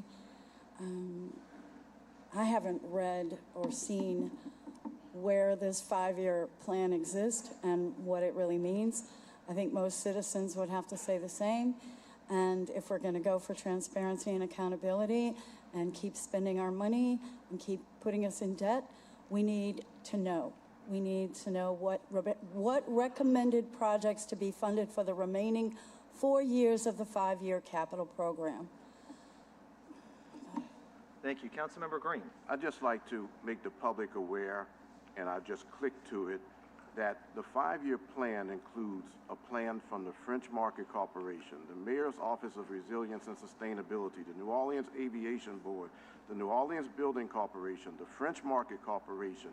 All of those agencies have boards and they have meetings for one reason or the other. New Orleans Building Corporation, they have boards. I want to encourage the public who wants to know about long-term plans for specific agencies to feel free to make public inquiries and to attend their meetings to find out. Sometimes we're required by law or federal intervention to provide long-term plans, for example, especially when they involve airports. But for example, the New Orleans Aviation Board has a plethora of information or listings of what they plan to do over the next 5 years. I just want to encourage the public to recognize that this is part of a very complex process, but that when those boards exist, they exist because they were created at the request of the public, or they exist because they were created at the request of the law, many times the state law. Please take advantage of the opportunity to attend those meetings to do the public records request to get the very specifics that you need. Thank you. All right. Move to adopt. Second. Second by Councilmember Green. This is on motion 25-514. 7 yeas, no nays. All right. The next items are going to be the ones I think people are the most interested in, which is, Bruce, you want to speak, Bruce? Yeah, come on. We'll get you up here. Absolutely. All right, Bruce, we'll give you 2 minutes. And then before you speak, just so everybody knows, the next two items are the appropriation, the expenditure, which is really the significant items people are going to want to talk about. But go ahead, Mr. Wiley, please. Thank you, Councilman. Bruce Fryer with a vote. Yeah, I just wanted to point out, I mean, Councilmember Green, thanks for lifting up the need for public records requests, which I just said mine went unfulfilled, and it wasn't settled over here for the record. Kyle was going to look into it, but thank you for that. Yes, we shouldn't have to go through public records requests because, Councilmember Morell, as you know, everything should be in brass. How is a $100 million contract not in brass?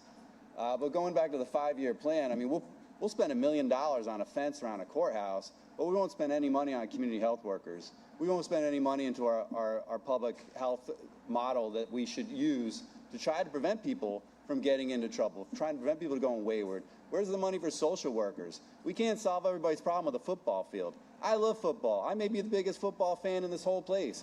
But listen, we need to spend our city money on things that are actually going to engage people, work their minds, their spirits, their souls, get them connected to society, and be loving community members, whether or not they have a parent in the household, whether or not that they've been involved with the criminal legal system, right? And so I don't see those investments. Every time I look through it, you know, I might see a little bit of Parks and Rec money to beautify this and beautify that, but I don't see the manpower programming that we need to connect with people to deal with things like addiction and anxiety and depression, and particularly that our kids are going through in today's day and age with social media and other forms of mind control that are always coming at us with ad. So I would please implore this council to put money into a public health response to the criminal problem that we have in society at large, not just in New Orleans. Thank you. Thank you, Mr. Riley.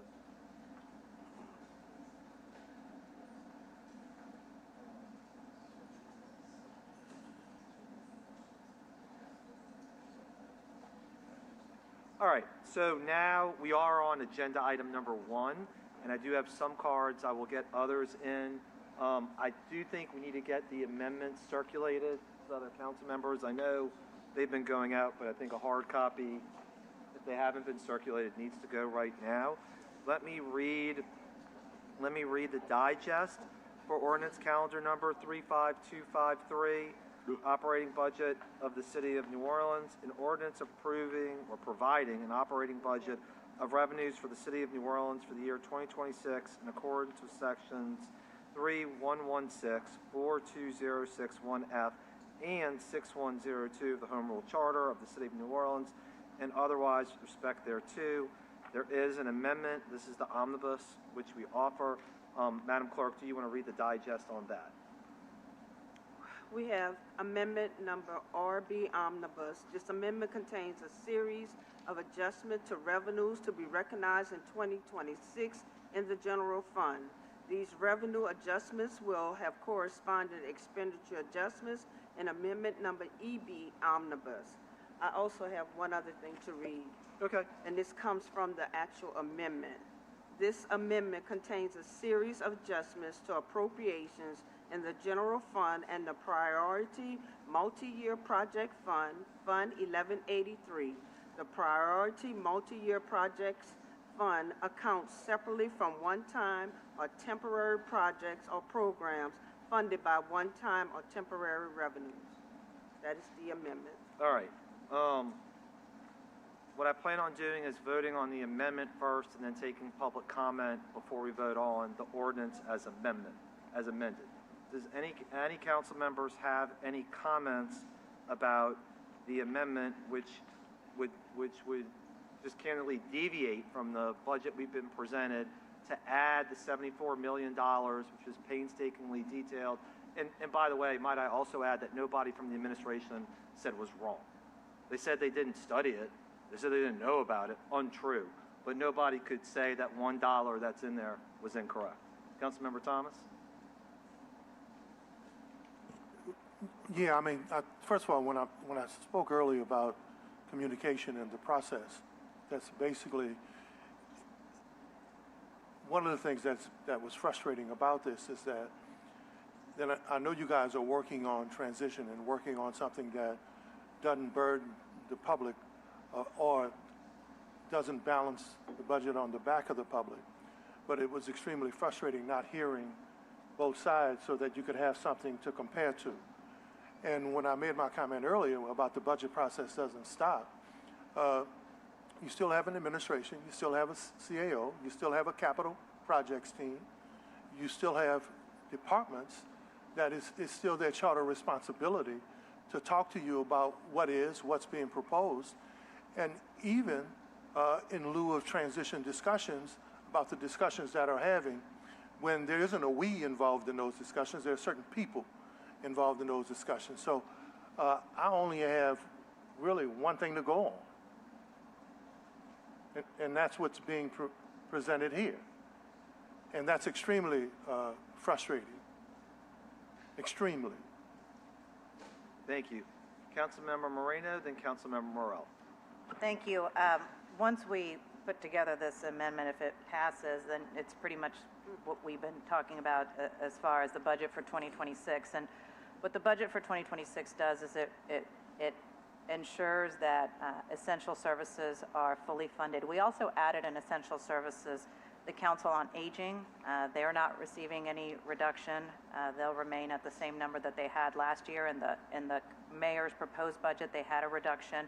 And it also goes the same for NORD. We're not reducing NORD. In fact, NORD is getting a little bit of a bump from fiscal year 2025. The proposed budget had a reduction.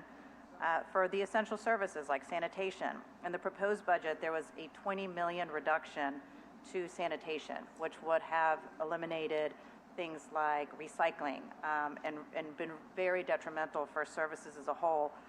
We added that $20 million back. Also, the Orleans Parish Communications District, which is the 911 services, there was a $5 million reduction in the proposed budget. We're adding dollars back so that they are fully budgeted again to their 2025 numbers.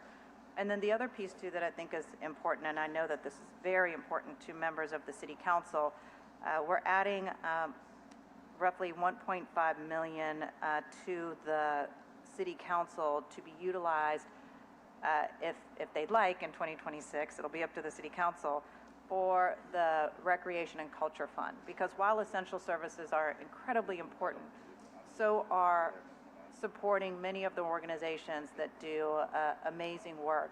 Some of the work that Bruce was just describing, that they get a level of funding coming from the city as well. So those are just some of the kind of the high level points of the budget amendment that'll ultimately turn into the 2026 budget. Thank you.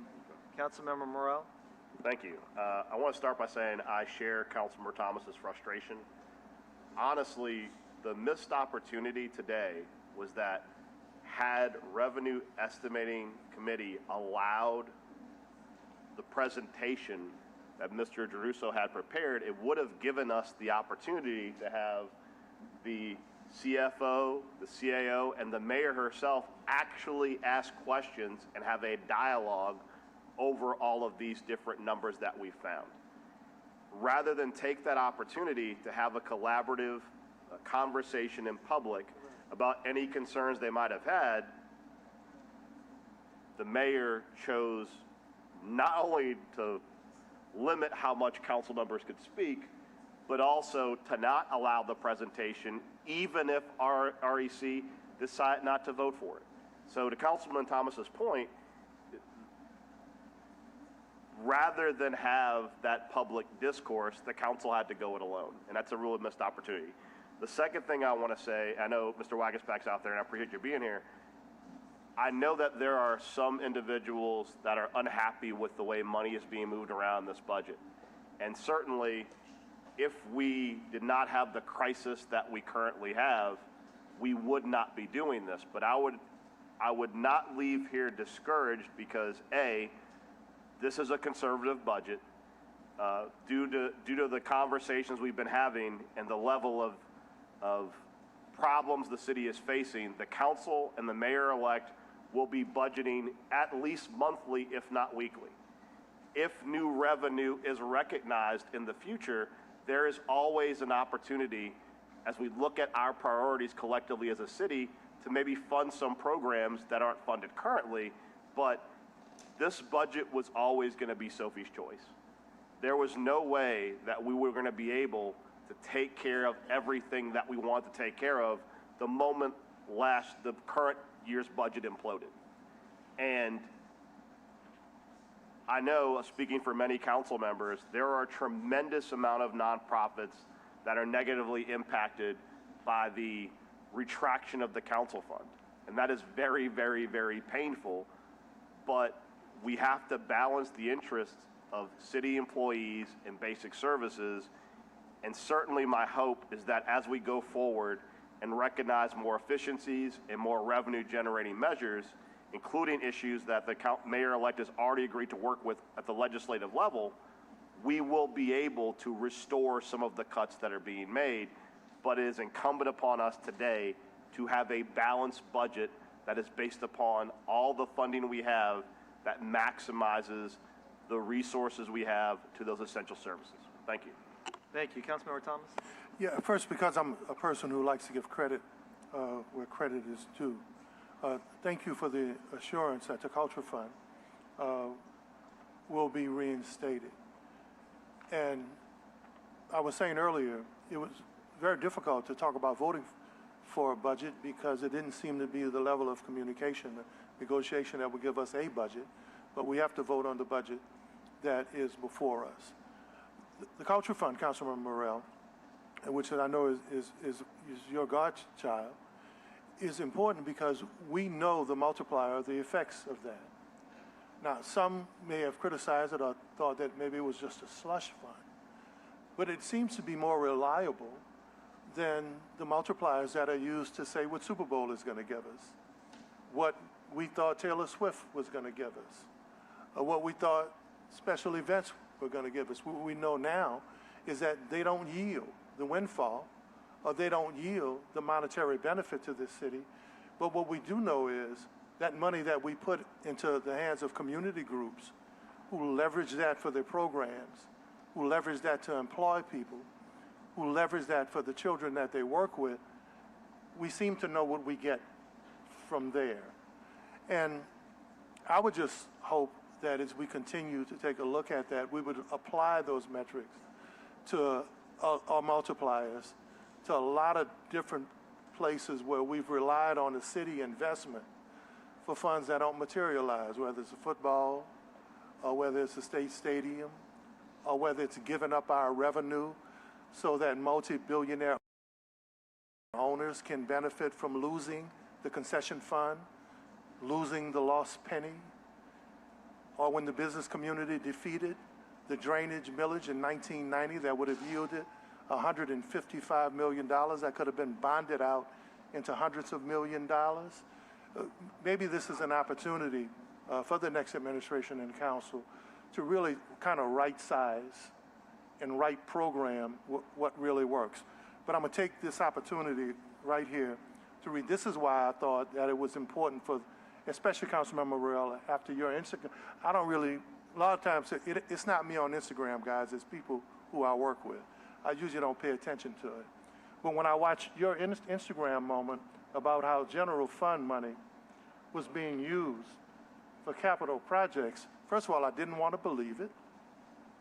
And then secondly, if it's true, where does the explanation come from?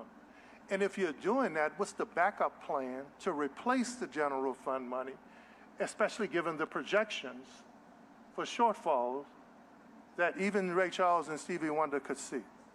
So I sent a letter last week to Mr. Montano asking him, saying hopefully your holiday was well, but it was a request for you to appear before the council to shed light on the current budget situation and provide clarity to some of the statements being made in advance through the media and our budget and at our budget and council meetings.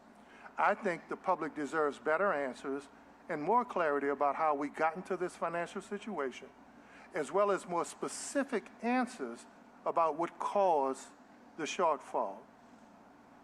I have not heard a response back from him yet, but if nothing else, if he's not going to come before us publicly, if we're not going to subpoena him like I've seen other councils do, then I would hope that we get answers to those questions so that we don't repeat or make the same mistakes that were made to get us here. Thank you. All right, thank you. As everybody will not be surprised. Oh, wait, let's vote on, before I get to the comment cards, let's vote on the amendment first. I will move on the amendment, second by Councilmember Morrell.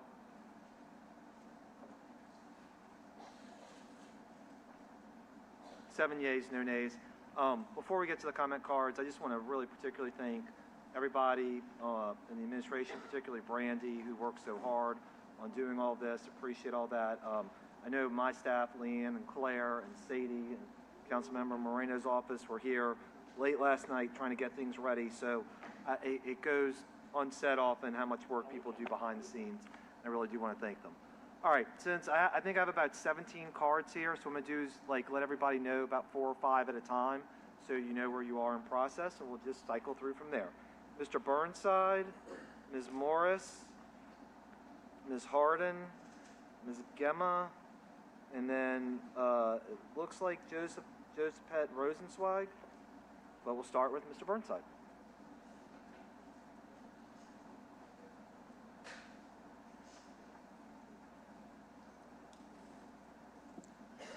Before you start my clock, I would like to ask a procedural question. Sure. Am I speaking only to item number 1, or am I speaking to the combination of both items 1 and 2? Combined because they're the same thing. I disagree strongly that they are the same thing. Revenues are not expenditures. However, if I only have 2 minutes, here goes. So, first of all, your math doesn't add up. Wisner's, I misspoke. 6.4 plus 1.5 is not 7.6. I do not trust your math. Next, as far as the 10% downturn, according to Times-Picayune, in the revenues generated by our tourism industry, is that accounted for? Finally, do you also touch on the CBD's property collapse? Additionally, do you account for the uptick in inflation? Finally, the Sewage and Water Board and ARPA are one-time monies that are going to affect our credit rating. Given that we're going to sell bonds, does that matter? Additionally, the parking enforcement people are going to make $70 an hour, not for themselves, but for the city. And when they do, they're going to charge the city $75 an hour each. So moving on, we are going to not have $75 million in grant collectibles and fund transfers. The Department of Public Works is going from 11 to 7, so we're going to have less money for the public works. The police personnel is going down $15 million, but the police other operating is going up $10 million. The mayor's office is going down $6 million. The CAO's office is going up from $50 million to $110 million, one assumes because they're dealing with the overtime. When we get to the mission of trust, we have a problem. And the problem is that the people don't know what the hell's going on. Thank you. All right, Ms. Morris, Ms. Harden, Gabrielle Gemma, and looks again, I apologize if I'm mispronouncing your name, Joe Pitt Rosenzweig. Ms. Morris. Good morning. Andronika Morris, President of the Greater New Orleans Housing Alliance. I'm speaking today to talk. I want to make sure we center around an issue that's incredibly important to us, the Housing Trust Fund, and some of the changes that you all have made today and how that should impact the Housing Trust Fund. Sitting through this morning's revenue estimating conference today raises continued alarm on the way the city's finances are being managed. The lack of transparency and detail to support this budget seems to be unprecedented. We are asking this council to fully honor the responsibility of allocating the full 2% of the 2026 general fund to the Housing Trust Fund. If the general fund has increased to $799 million, then the Housing Trust Fund must be increased to the numbers commensurate with that number. So we would hope that that happens in this budget. We're not sure how you all would do that, but we know that you should, as, again, the voters were very clear that 2% of the general operating dollars would be made available for investment in the Housing Trust Fund. We request that the difference be dedicated to the small multifamily development program, fortified roofs, and weatherization to get it off the ground quickly.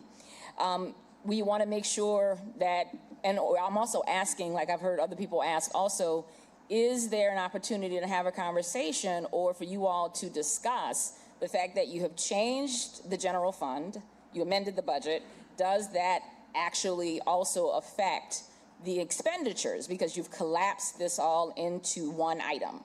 So you've increased the revenue, so that should increase the expenditures. And can we get some clarification on this item that is uniquely tied to the amount of general operating dollars? Thank you. Ms. Harden?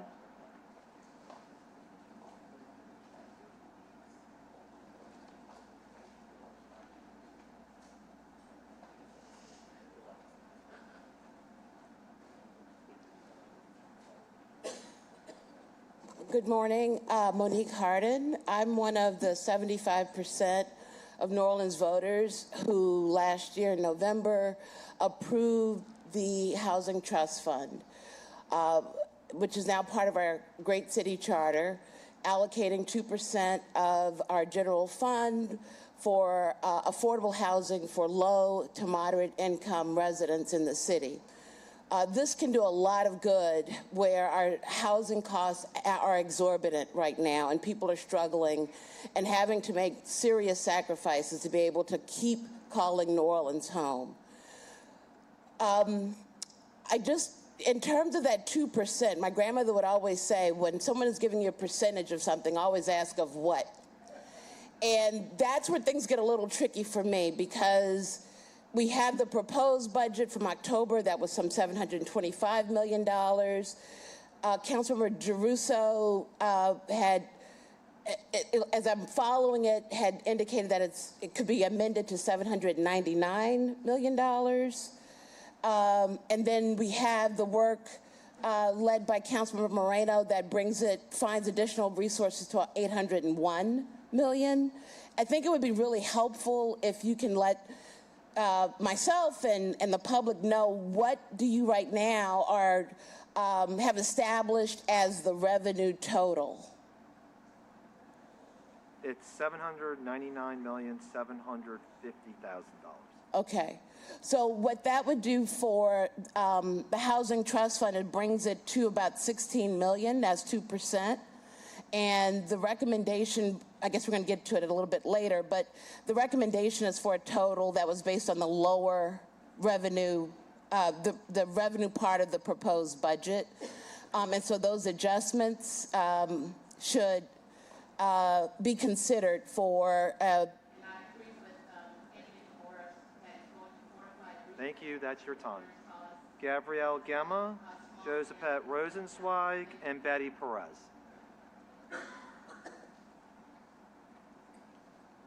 I want to speak to the issue of revenue raising, but before I start, I want to recognize that this is the day that Operation SS is going to come to terrorize the wonderful immigrant community of our city, and that we should recognize and stand in solidarity and do everything we can to allocate special funding for those who are afraid to leave their homes and to make sure that they're fed and housed and clothed, and that we recognize the wonderful contribution that immigrants make to the city.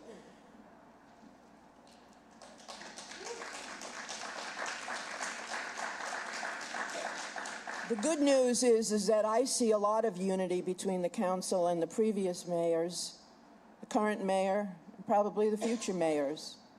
And that is because the people of the city do not really know what is being left out of the issue of revenue raising.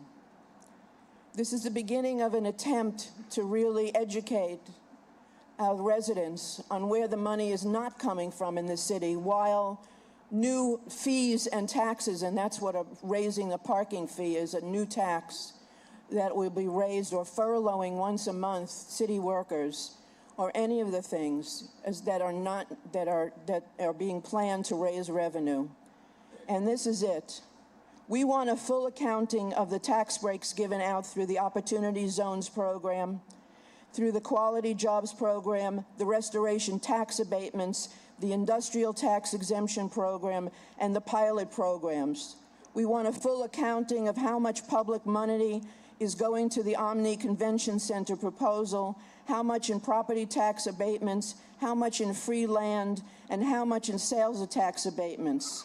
We want a full transparency on the potential river district, and why is Shell Oil, a company which made $85 billion in profits last year, being gifted a $20 million tax exemption? We want to know why the Superdome, which we paid for, why does the Benson organization no sales tax, no rental fee, and why are taxpayers funding this security? We also want to count the Thank you. That's your time, ma'am. Josephette Rosenzweig, Betty Perez, and Lou Ann White. Oh, I'm sorry. I apologize. Can you hold on 1 second?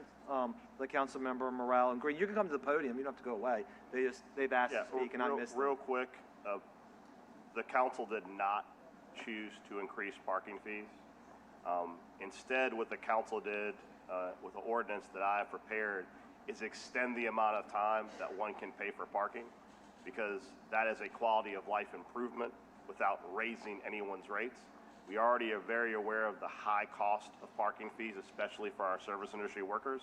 And so we were attempting to find a medium where the city could get more guaranteed revenue without actually increasing a fee. Further, there is an ordinance, a resolution being offered today to deal with the Industrial Development Board and to require them or ask them to stop giving out pilots without a public meeting and council approval. When it comes to many of the groups you cited, those are all state agencies that are not the city council. So for example, many of the different rebates and abatements are at the state level.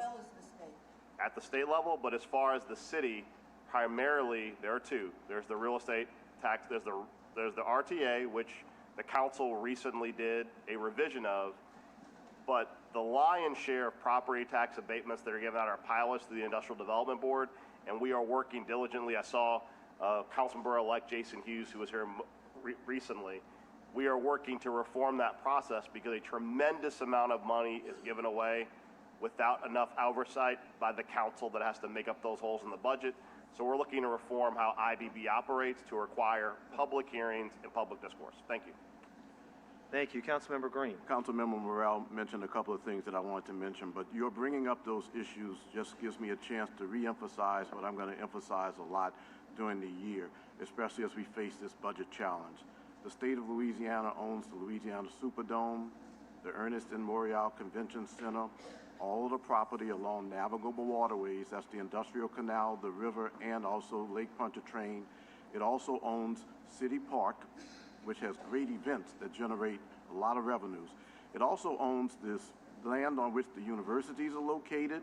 It also owns many thoroughfares in our city, or has jurisdiction, such as Claiborne Avenue, Elysian Fields, St. Claude Avenue, and the city maintains those.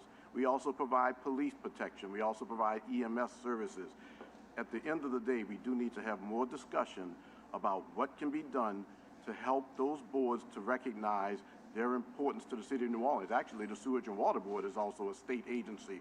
But at the end of the day, there's so much that goes on in our city that involves the city expending revenues and time on entities that are state-created and state-operated.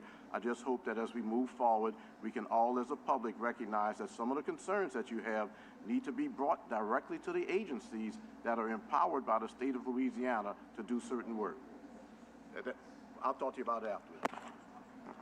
Mr. Chairman. Yes, Councilmember Thomas. Yeah, just while we're on this, to give more clarity, our home rule charter is tied to the state constitution in a few areas, specifically the rights of landlords and what they can do in terms of dispensing or responsible for blighted property, and revenue sharing or participating in revenue sharing. Specifically, and I see our state auditor here, but we could have anywhere between 17 and 20 million more dollars if someone would reconsider Senate Bill 570 and 498, period, which exempted taxes on materials and taxes on a couple of other things where that revenue would come directly to the city of New Orleans. So the state took an opportunity to do something that they thought would incentivize business without considering the fact that it would hit us in our budget at about $20 million. And then no one should forget the Singleton criminal justice study that was done with the Morrell administration decades ago, which talked about the $40+ million of criminal justice mandates. Whereas the state passes a law, especially when you talk about criminal codes, but it imposes a financial burden on the local community. So we have a few different branches of government.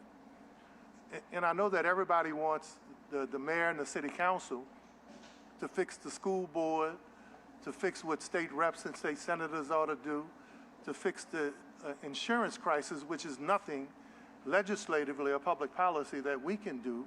But at some point, we need to take a realistic look about how the state impacts New Orleans and our inability to collect revenue that not only would ease the burden of a deficit, but in some cases would create some windfalls when there are good times, so that we could fund many of the programs that people here are talking about.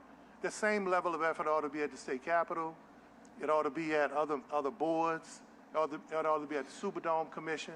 It ought to be at the Convention Center. The same effort you have here, and when you talk about criminal justice, that same effort ought to be at other council meetings and police bureau meetings.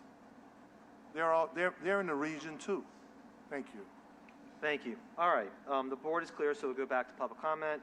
Thank you for your patience. Mr. Rosenzweig, Betty Perez, Lou Ann White, Jasmine Roberson, and Isabella, it looks like Anthony.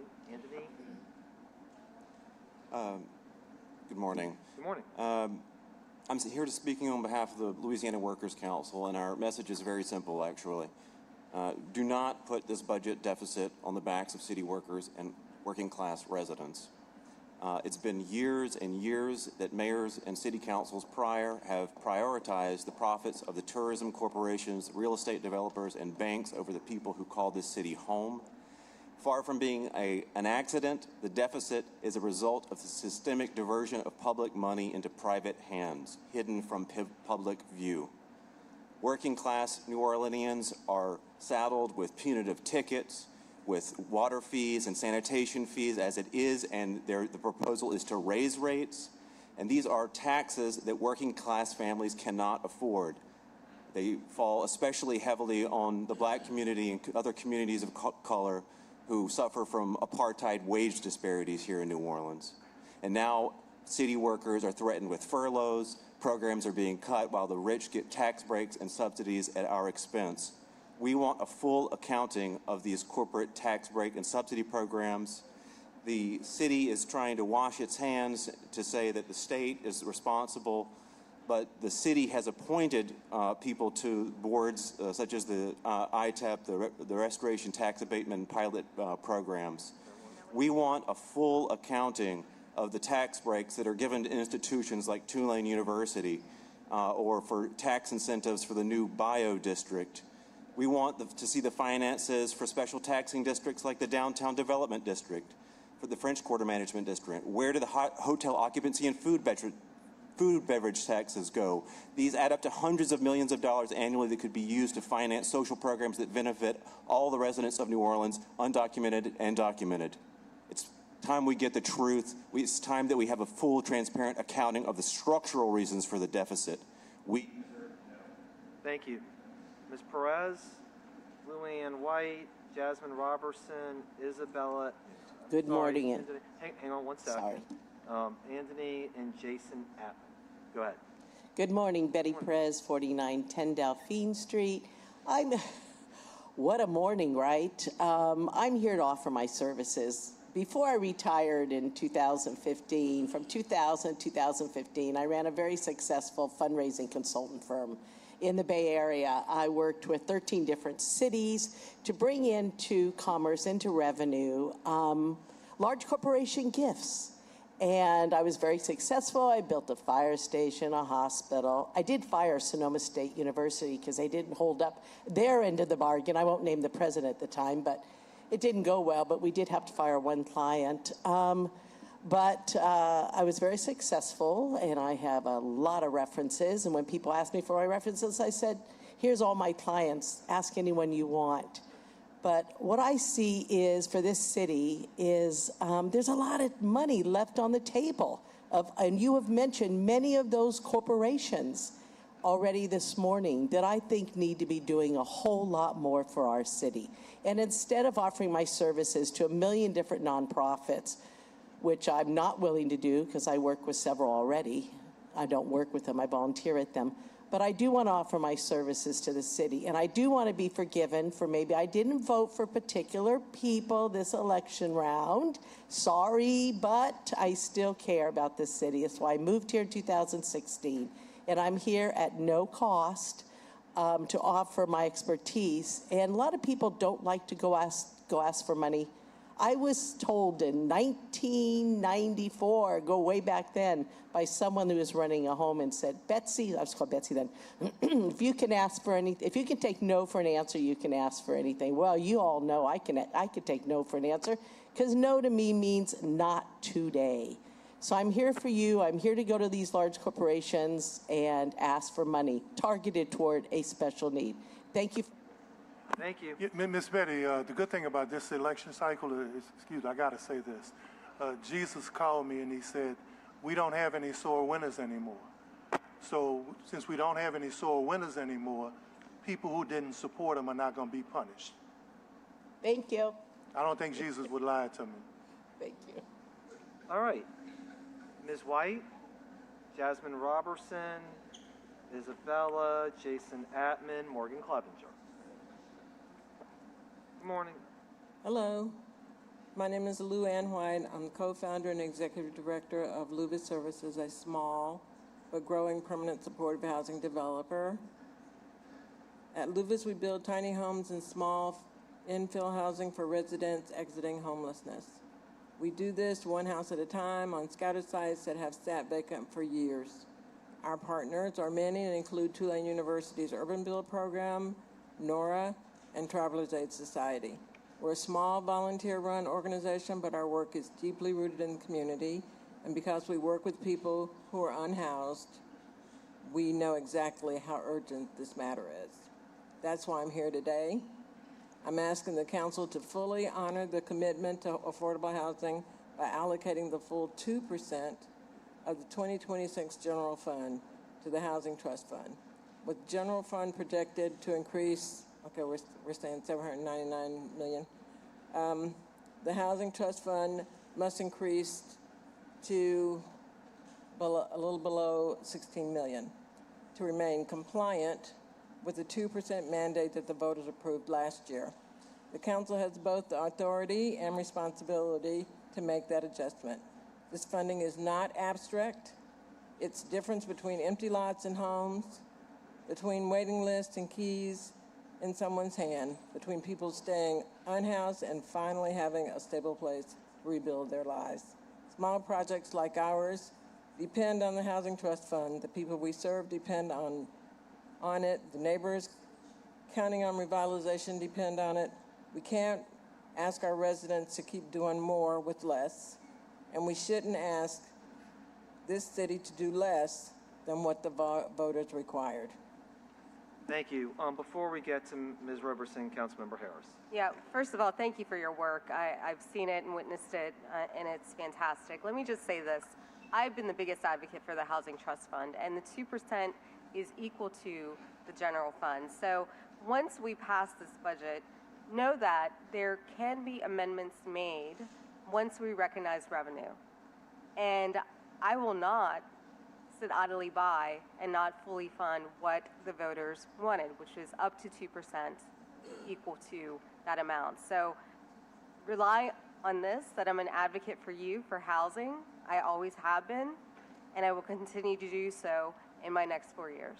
Thank you. So you said it's up to 2%? It's up to 2%. It is That's what, 2%. it's 2%. Okay. Equal to 2%. Okay. All right, thank you, Ms. Roberson. Isabella with NOLA Community Health Center, Jason Atman, Morgan Clevenger, and Robin Farrow. I'm sorry if I'm butchering your name. Go ahead. My name is Jasmine Robertson. I'm a resident of District C and one of the program directors for the GBIRX program. This program is a March of Dimes program funded by ARPA. And I just want to say that it has been such a pleasure of aiding these families with this program. And it's changing lives. And we only been doing it for a short time, but it's changed my life being a part of it, and it's changing their lives. So my ask for today is that we continue to fund this program, because I don't know how I'm going to call these families and tell them that it's over with. Literally, homes are being restored. I mean, cards are being paid, evictions are being turned around for these families, and it's not a small thing, and right before Christmas. So I'm asking that even if we don't continue, let's honor the people who are already participants in the program, because I have to be the one to call them and say, oh yeah, it's over. What I promised you and told you that you were enrolled in and that you qualified for is over. And I don't want to do that. So I'm just asking that we honor what we put in place. And I know it's a big ask, but a small ask. But I want to work together so we can continue doing this, because it's such a beautiful program for pregnant women, for babies, for our future. And I just want to continue to be a part of that. So what we're asking for is to finish the program and to be able to do it all. But at least, 30, 50 families have already been a part of this, have already started the journey. So that's what I'm asking for. Thank you. Thank you. Just two things real quickly before we get to the next is, first is, at the request of the health department, $330,000 was put back in for March of Dimes. So that is a pretty radical increase given that it was a 100% decrease. And secondly, our understanding is, and I'm not trying to blame anybody, but I just want to say it out loud, the invoicing was way behind. And so you look at what we get, and that's what we see. That's what the health department has told us repeatedly. So I'm just saying that, I'm just saying when we look on paper, what you see is what you get. Well, then if you please do, but I'm just telling you what the health department has told me. So I rely on what I'm told and what I see on paper. All right, Isabella, Jason, Morgan, Robin, Angela. Good morning, everyone. My name is Isabella Andoni, and I would just like to add a little bit of what my colleague Jasmine was saying. First off, I would like to start off by thanking you all for your commitment to the city, the families of New Orleans, and for sharing your time with us today. I just want to put things a little bit into perspective for everyone. I've been able to witness firsthand what these women are going through and the situations that they're in. Most of our moms are homeless. They don't have jobs. They're strictly relying on SNAP benefits and parental support for survival. That's the only thing keeping them from hitting rock bottom. At the end of the day, most of our moms, after they give birth, that parental support is removed from them. So what happens to them afterwards? At the end of the day, these resources and this money is keeping our moms from being out on the street, from malnourishment, birth complications, deficits, starvation. And I could go on and on about the list of benefits that this is providing and the risks that we're aiding our moms from going through. But I just want to ask you guys and implore you guys to sit with this information for a second and ask yourselves, what would you do if you were in this situation where you had no support, no money, no resources, and you had a kid on the way that you needed to look out after? I just want you guys to, let's come together on a mutual agreement, on our shared interest, and help the families of New Orleans and our beloved city. Thank you so much. Thank you very much. All right, I think Jason's next. Jason, and then Morgan, Robin, Angela, Alexander Bigby. Hello, my name is Jason Torres-Altman of the Terra Luna Collaborative. Thank you for granting the time, council members. You're hearing some stories, and you'll continue to hear stories from the community about what some of these funds are doing in the community, the ones that were granted through ARPA. Now, they're telling stories about value, but I'm here to talk to you about the provenance of those funds and what you can actually do with them. So I was hired by the city to train these subrecipients and to work with city staff on the ARPA SLFRF regulations. I have expertise that's probably not shared in this room. That $14 million that is included in your amendment, it is not the city's money. It's not your funds. With respect to the speaker earlier this morning, who's a paid lobbyist on the city council's behalf, he's here to tell you what you want to hear, to make it seem as though the decision that you're making with this amendment is a way to recapture $14 million of revenue. That is incorrect. Those funds belong to the U.S. Treasury. If they are repurposed after this point, they'll have to be repaid to the U.S. Treasury. You might get away with it for 3 months, 2 quarterly reports, but you're required to have an annual audit. It will be found. It will need to be repaid to the U.S. Treasury.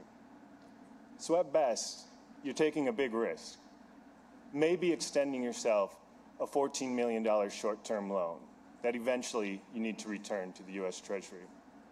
But as you go in front of your constituents during the next election cycle, you're going to have to look at them and tell them that you pulled $14 million out of community programs that they trust just to give it to the U.S. Treasury 6 months later when the audit came. And I think that's unacceptable. Thank you. Morgan Clevenger, Robin, Angela, Alexander Bigby, Alton Willis, Kim Mosby, Sarah Amojala, and Ms. Barnes. I know you're filling out a card too. Now I'll wind this up. So, we are broken and we're broke, and we're wanting to break the people further. This is just not what we signed up for. The folks that came back after Katrina, we rebuilt, we took hit after hit after hit, and 30,000 people have left. Cities and towns are not gimmicks.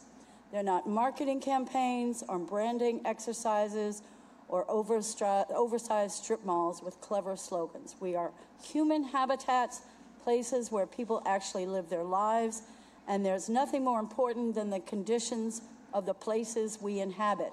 When we treat communities like tourist attractions or economic development projects first and homes second, we insult the very people who give these places meanings. Tourism dollars, investment dollars, visitor counts, these are the numbers that community leaders obsess over, and frankly, they're poor measures of success. If a city is experiencing record-breaking investment in packed streets of visitors, but residents are miserable. Is that success? Flip it around. If everybody in town is as pleased as punch about, but tourism dollars aren't flooding in, maybe the Holiday Inn is half empty, is that failure? I'd argue that the town is doing just fine, because here's the truth. Money spent at a hotel or chain restaurant doesn't improve the community. Visitors don't make a place better. We have to take care of our people. We can't let this go any further. We need to know where the money went. It's our money, it's our investment, and our investment was mismanaged. We need to know, and we need to take care of the people. Thank you. Thank you. Robin, Angela Kinlaw, Alexander Bigby, Alton Willis, Kim Mosby, Sarah Amojala, and I know there's one or maybe two more cards, and then after that I'm closing public comment. Go ahead. Hello, everyone. My name is Robin Grunfeld, Director of Collective Impact for March of Dimes. I'm so happy to be with you here today, in theory, not because of what we're talking about, but because I'm always happy to be here to advocate for our programs. I also want to recognize my colleagues that just spoke a moment ago so heartfelt about the GBIRX program. Here's the bottom line. We have 55 people enrolled currently. In order to not call this program on the minimum, we need $650,000 to not call people and tell them they do not actually have the money in the bank that they believe that they did. And so, to your point, Mr. Giarrusso, as you know, city policies and programs are not that easy they're impenetrable. And it just took us that long to get to where we are invoicing. It's rolling, and now we have 55 women who are relying on us. 330 from Dr. Avegno's advocacy is greatly appreciated, but it does not leverage what we've already spent out because of the nature of ARPA grants. They are reimbursement grants. We are already laid out more than that at March of Dimes, and we are waiting on the city to follow up on their commitments. And so I beg of you to not force these women to call other pregnant women and tell them they do not have what they were promised behind $330,000. Thank you. Thank you, Angela Kinlaw, Alexander Bigby, Alton Willis, Kim Mosby, Sarah Amojala, Bruce Riley, and I think there's maybe two more cards, and that's it. Okay, so to this council and the sitting mayor-elect, we have one time where you're all in the room able to really address this current budget. And I really hope that you're all listening, because I want to emphasize that we're talking about the next 9 months in particular. That is why we've been doubling down on the need for the $25 to $40 million that are needed for the year 2026 to be funded for an efficient drainage system. We're not talking about the complete overhaul that is necessary with the billions of dollars that have come in and not been designated for that overhaul as a result of mismanagement. We are talking about the current budget season with the current money you have, and with the emergency fund that continues to get tapped. We are saying that the Sewage and Water Board can come up with $7 to $10 million. That puts it in your lap to be able to say, how can we identify the $15 million that would close the gap to ensure that 2026 doesn't get us to the month of September or this time next year when people can finally figure out what they're going to do with the bonds money. That's $50 million for drainage. I would just like to ask if I can just get, with the last 30 seconds, council people, mayor-elect, can I just please ask for your eye contact? It is so important that we have a plan for these 9 months regarding the drainage. It's not in the current mayor's plan, and we don't see it in the mayor-elect's plan yet. Thank you. All right, Alexander Bigby, Alton Willis, hang on one second. Kim Mosby, Sarah Emojola, Bruce Riley.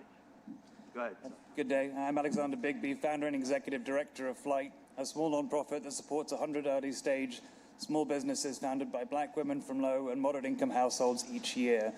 On Wednesday, I got a call from a journalist telling me that the $90,000 grant that we were expecting from the city any day now was being cut for our core program as part of $15 million in cuts that were being put forward in a vote on Monday.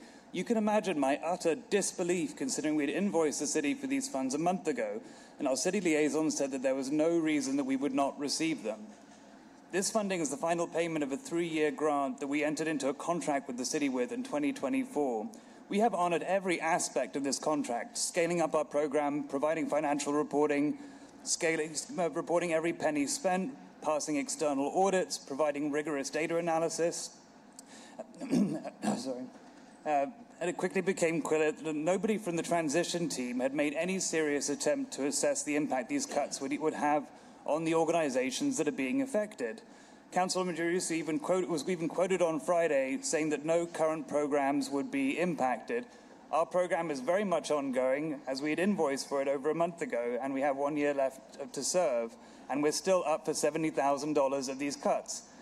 How am I going to replace $70,000 in a month? This is for our 2026 budget. It's over 1/3 of our 2026 budget that you are planning to cut. We are the smallest organization to receive ARPA funding.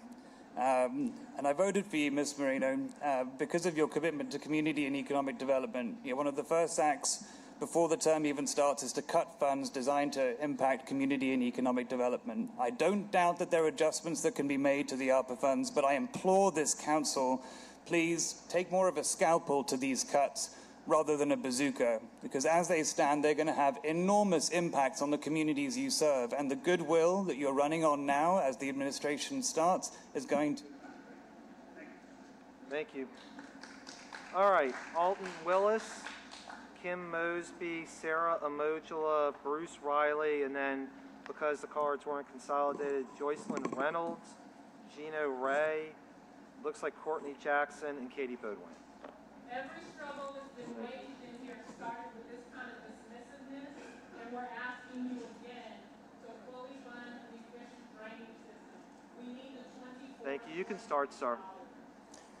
Good morning, City Council. I'm Alton Willis, and I represent a small development firm that's been established since 2013 that focuses on the acquisition of blighted multifamily properties here in this city to renovate them for low-income rental housing.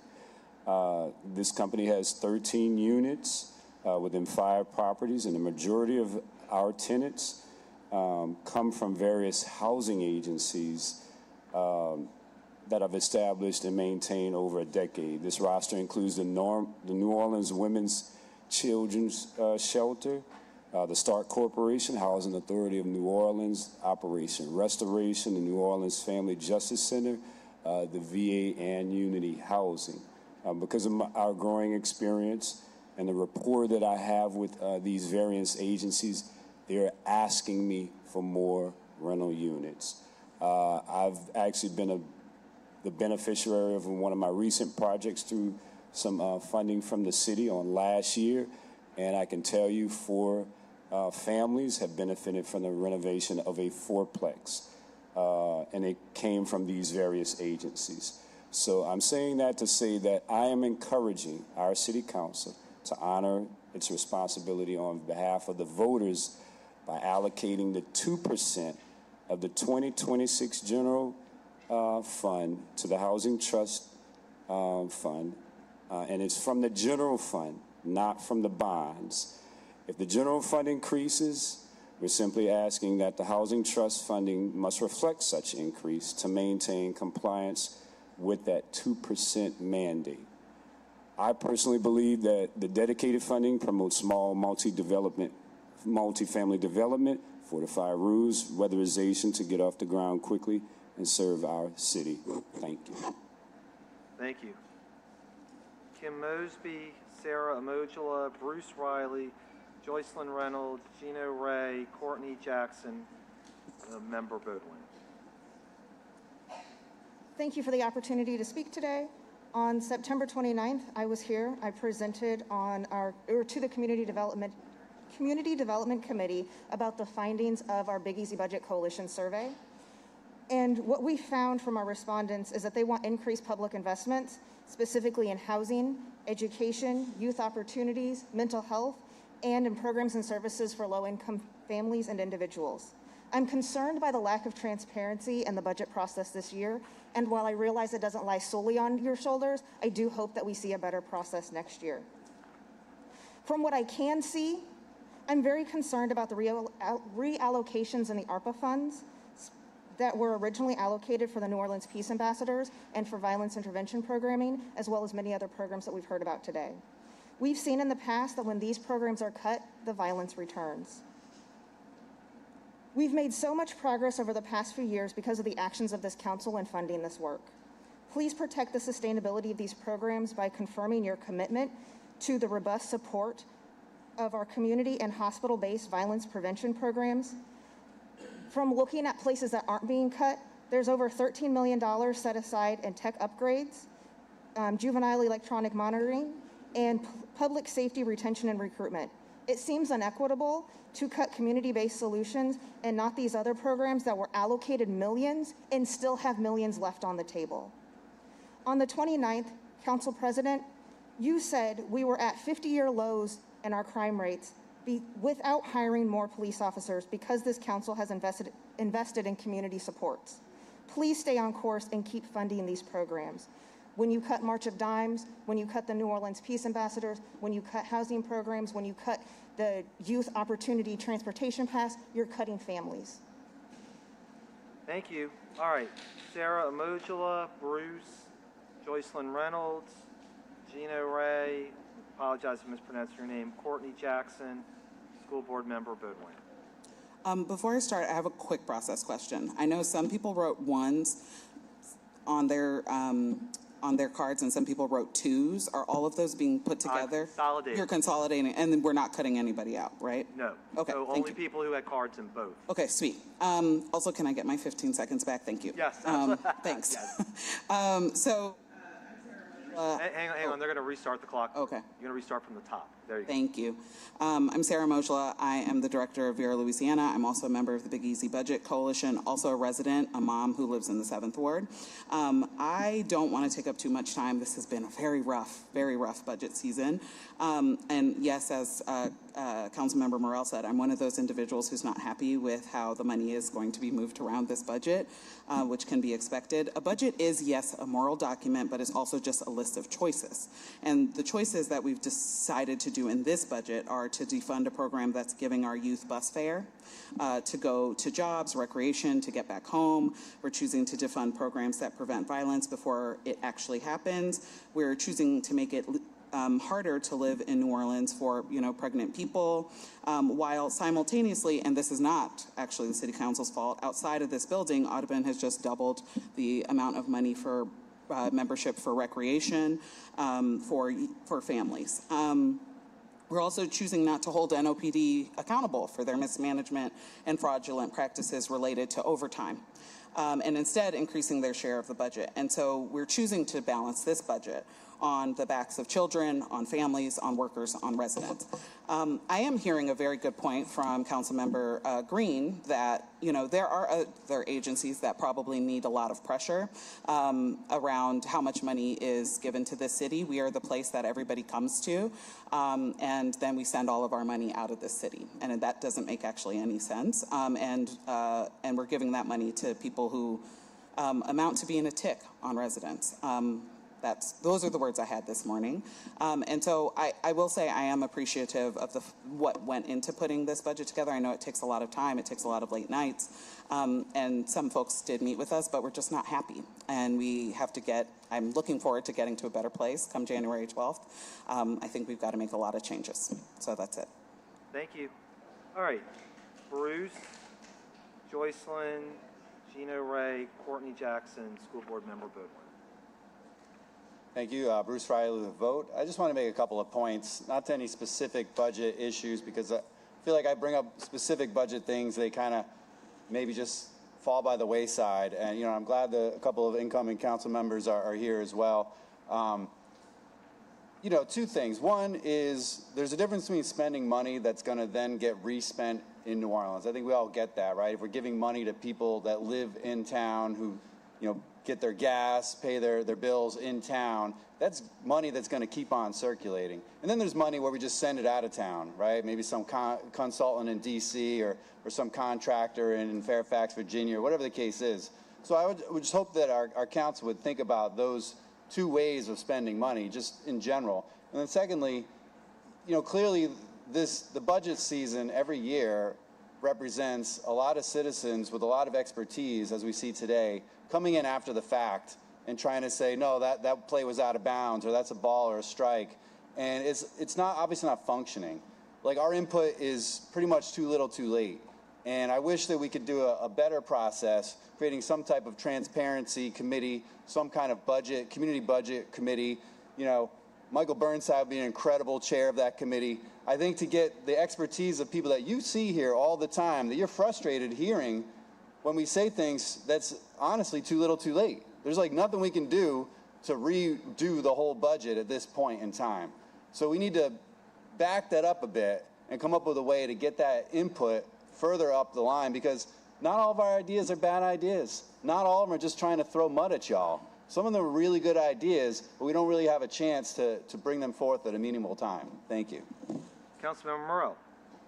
Thank you. I don't disagree with anything you said, Bruce. I think one of the real challenges and why we have that charter amendment that's coming up this summer is that when the budget is sort of done correctly is when we have the council meetings, which are then followed by public meetings where input is taken, which helps craft the budget. What's really disconcerting, and you saw in the last 2 years, was the utter collapse of that public engagement. Further, and this goes back working with Sarah for years, what's really disconcerting is that what we have learned this year is that in the charter, the budget is a giant suggestion to the mayor's office. And just like when we deal with the libraries every year and their phantom money that's supposed to go to HVAC repair, even if we all work together as a council and the public to craft a budget, past mayors could simply ignore what they did not want to fund. And so the importance of doing that charter amendment next year is that the budget we pass working with organizations like the Big Easy Budget Coalition, once we all agree and pass those budgets through a transparent process, it will prevent future mayors from moving money around. It will lock in those commitments, and the only way you can change those commitments would be to have a public advertised meeting where an administration would have to ask a council to move the money. And I want to say that because that is something that's been lacking in the city for decades and generations. I believe personally, the way the budget's currently constructed is intentional. It is for councils and other organizations to get together, spin our wheels, for administrations to kind of like nod and give you lip service, and then if they dislike a council person or organization, they could simply not fund your organization. With that charter amendment, they could not spend that money anywhere else or on anything else once a budget is passed. And I think that's going to be transformative and lead towards a more robust public-facing process with an itemized budget that you don't have to do 18,000 public records requests to find out where the money went. The money will be where it is. So I hear what you're saying. This has been a very difficult season because had the budget not imploded in September, October, we were all working cooperatively on a budget plan that we were proud of, and then everything blew up. And I would certainly hope that after next year, when we pass that charter amendment, there's no more deficit spending, there's no more moving money around. When we do that hard work together, that will be the budget going forward. Thank you. Thank you. All right, Joycelyn Reynolds, Gino Ray, Courtney Jackson, School Board Member Boudwin. And that will conclude public comment on these two items. Good afternoon. I'm Joycelyn Reynolds, President, CEO of Arts New Orleans, and we've been operating in the city for 50 years. All of you guys know what we do. We do public art, and we do our youth program.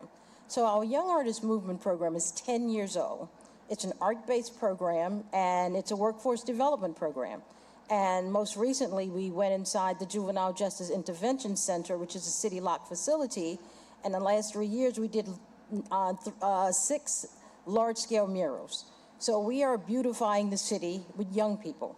And our Young Artist Movement program always has had a diversion component. But working with the Office of Family and Youth in the city, we have expanded that program.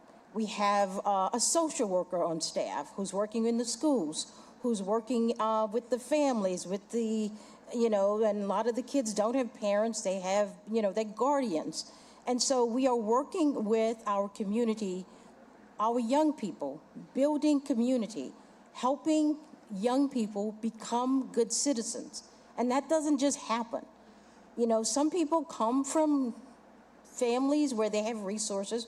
That is not a large percentage of our citizens. So when we, as a council, decide to move funding, because Arts New Orleans Council signed a 2-year contract with the city in 2024, we beefed up our staff, and we have been working nonstop, weekends, nights, with these young people, and they're creating art. They just created a wonderful piece for the Audubon Nature Center for a table, a ceramic piece, and they were proud of that. And so what happens when the city shifts funding, and the way I found out about the shifting of the funding is I saw the budget.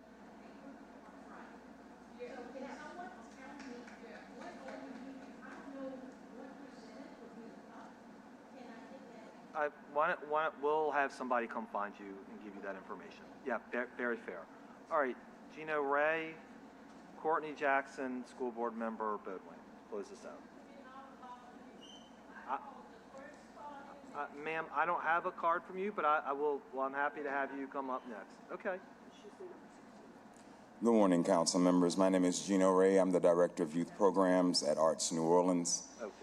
I work directly with the young people in our program, our diversion program, every week, and I want to be clear about what this work looks like on the ground level. The youth who enter our program are not abstract statistics. They are our young people. They are young people facing school push-out. They are court-involved. They have unstable home environments, and they have unaddressed trauma. Many arrive shut down. They're unsure of themselves, and because they have been failed by multiple systems, they're looking for a place that will not fail them. But as we begin to work with them, they begin to show up differently. They begin to participate, they open up, they plug in, they connect, they take responsibility, and they reimagine their futures in ways that they once thought were impossible. That kind of change does not happen by accident. It happens because of the work that we're doing every day.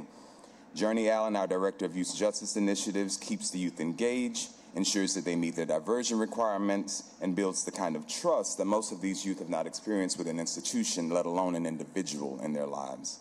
Deandra Lewis, our full-time social worker, is often the only steady advocate that a family has and that the youth have. She attends school meetings, coordinates mental health care, and provides support that prevents youth from slipping through these cracks. Our teaching artists work to teach real art skills, visual art, mural design.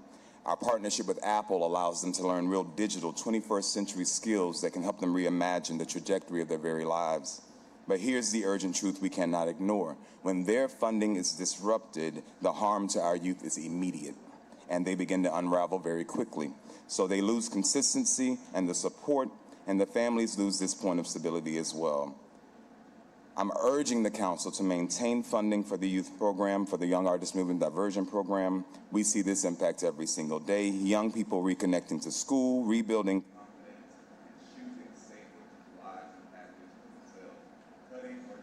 Thank you. That's your time. And then my understanding is, Brandy, that you're trying to get them the numbers about everything, right? That Arts Council has reached out through Sadie, and so you'll be providing that information. Thank you very much. All right. Courtney, and then Member Boudin. Good morning, everybody. Courtney Jackson, Executive Director of Ride New Orleans and the project managers for the Opportunity Pass. I was going to, actually, Opportunity Pass has signed up 8,000 plus youth, meaning that we have 1,200 youth riding the bus on a daily basis and saving them $500 a year. The program is working. I was initially going to ask about how much our program was going to get cut. There's a paper floating around. I saw it. My concern is we've been under the threat of reallocation because of the way the American Rescue Plan dollars work for the entirety of our program.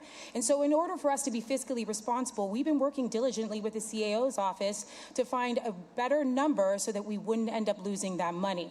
We came up with a number of 1.8. What we heard through YouTube videos is that it was seen that we had only spent down hundreds of thousands of dollars. That's not correct. What we saw was that the mechanisms in which you guys are using are not correct. And so I'm up here asking to make sure, because we will be consistently under the threat of reallocation, that you guys work with us to make sure that we're putting the right numbers forward. We are not seeing the 1.8 that we suggested. We're seeing a lot more being taken away. And now I have to figure out what that means for the future of this program. We were fiscally responsible. We collaborated. We worked. But for some reason, the work that we put in wasn't used to justify the cost that you guys ended up taking from the program. So in the future, please work with us so we make sure that we can continue to serve youth that are using our program. Thank you. Thank you. Ms. Baudouin, and then Ms. Burns, do you want to speak now and on item 16 after Ms. Baudouin? Do you want to speak on this and 16? All right, let's Ms. Baudouin, and then you can be next. And we'll get a card from you on this later. Thank you. Hi, good afternoon, council members. My name is Katie Baudouin. I currently serve as the president of the Orleans Parish School Board. And first, I want to thank you all for your advocacy and support of NOLA Public Schools. We very much appreciate it. Second, I'm here to speak on behalf, not on behalf, but in support of the Office of Youth and Families. You may have heard that our school system recently earned a B letter grade, and that's because of a lot of amazing work going on in classrooms, but also it's more than that. When our youth and our children are prioritized throughout the city, they thrive. So I just want to express my appreciation for Ms. Asia Howlett and the work that she and her staff do, and just to say I hope that it will continue to be supported when it is subsumed into the Department of Health. So thank you all for your time. Goodbye. Thank you so much. Ms. Burns, you want to come speak and close us out on this?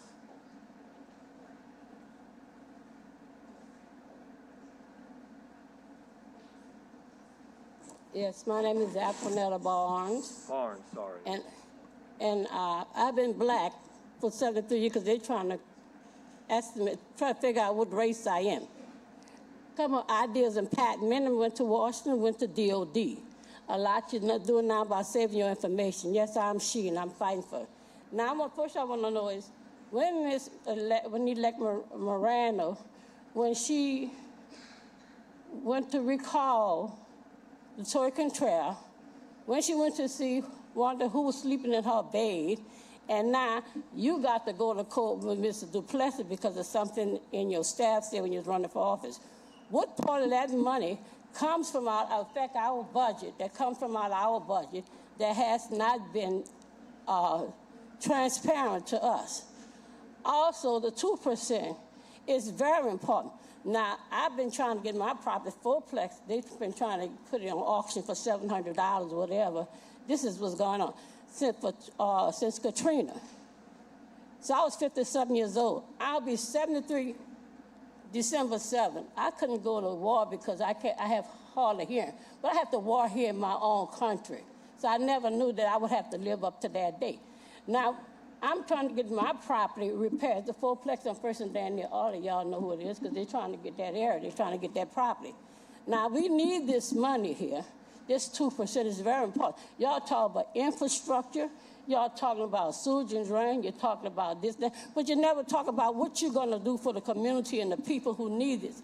Now, when you work, most people get their, as I said before, get their property when they work. When you retire, or for any other reason that you are unable to get that salary, or you have to move to another salary, it is reduced, okay? But purchasing for repairs, because usually in about 10 years or so, that homes need to be repaired. And people, it becomes... Thank you, ma'am. That's your time. Thank you.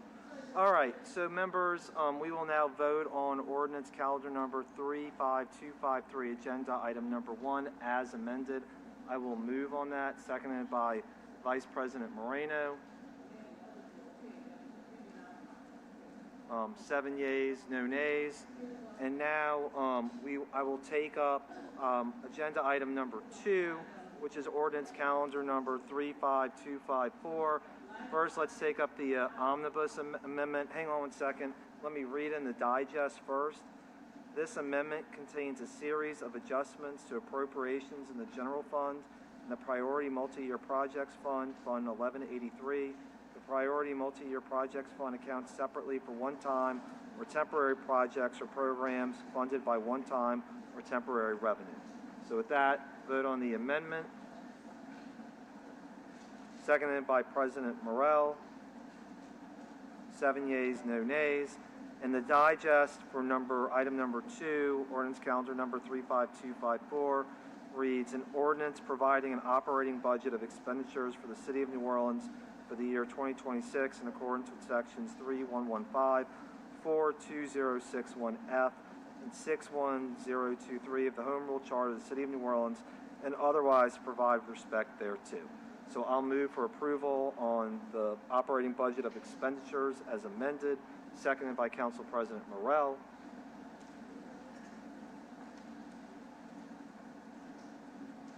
All right. Okay, so now we're going to move on to the rest of the agenda. The next item is, and I think these are mostly in order now, the regular agenda from here on out, the exception being we'll vote on the Housing Trust Fund as the second to last item, and we'll vote on the technical adjustment motion as the last item before anything else.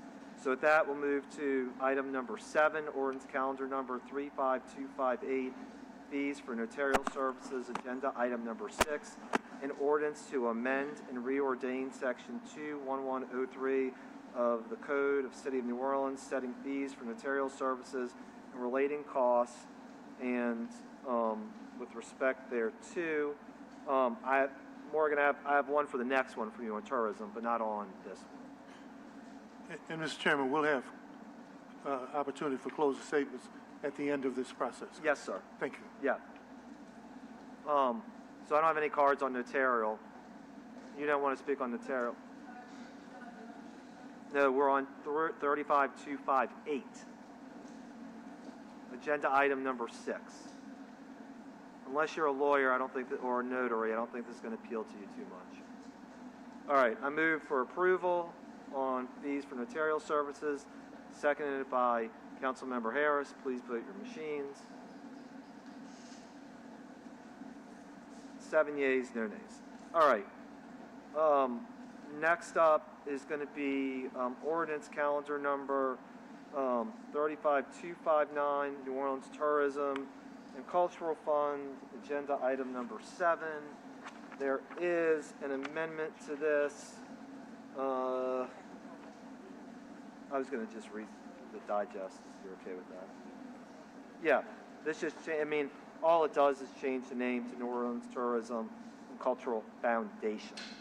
Excuse me, Councilmember. Yeah. We don't have the amendment. We have it. Can we get the clerk the amendment, please?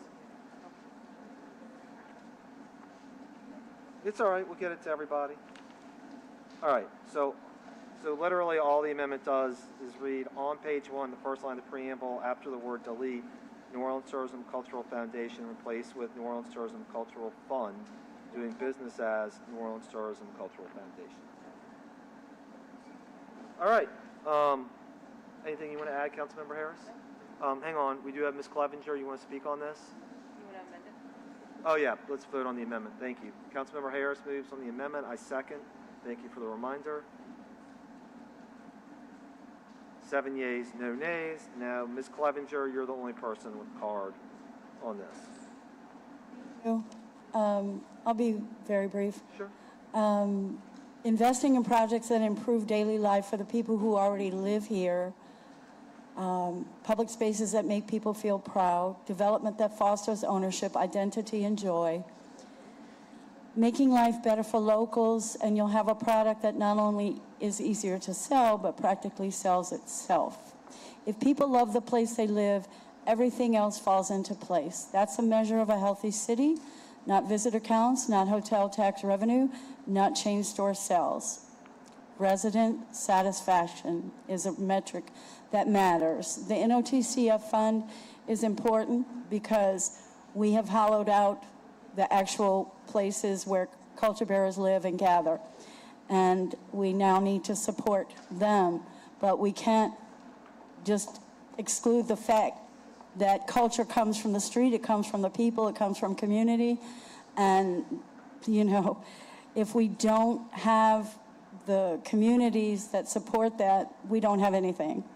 So while I support the NOTCF, I do think we have to invest back into the people that create the culture. And I just want to also give a shout out to the Men and Lady Buck Jumpers. Had a beautiful parade yesterday, and the culture is strong, it's real, and it's what we have. But it can't depend on and be taken over by tourism. Thank you. All right, so with that, I will move on ordinance calendar number 35259, New Orleans Tourism Cultural Fund. I do want to read the digest. An ordinance to adopt the New Orleans Tourism and Cultural Foundation's Tourism and Cultural Economy Program, proposed grant scoring matrix and budget for the year 2026 to be administered by the New Orleans Tourism and Cultural Foundation to, 1, provide services and financial support to the culture bearers and cultural economy of New Orleans, including without limitation the people, enterprises, and communities that transform cultural skills, knowledge, and ideas into economically productive services and places. And 2, enhance tourism in New Orleans by strengthening the cultural economy, which attracts tourists to New Orleans, supporting events and festivals for the year 2026, and provide otherwise with respect thereto. With that, I will move as amended, seconded by Councilmember Green. 7 yeas, no nays. The next item is agenda item number 9, motion 25515 with the New Orleans Aviation Board. This is a motion approving the operating budget of New Orleans Aviation Board for the year 2026. Do you have any comment cards on this? Mr. Burnside, I've moved. Councilmember Green has seconded, but Mr. Burnside has public comment.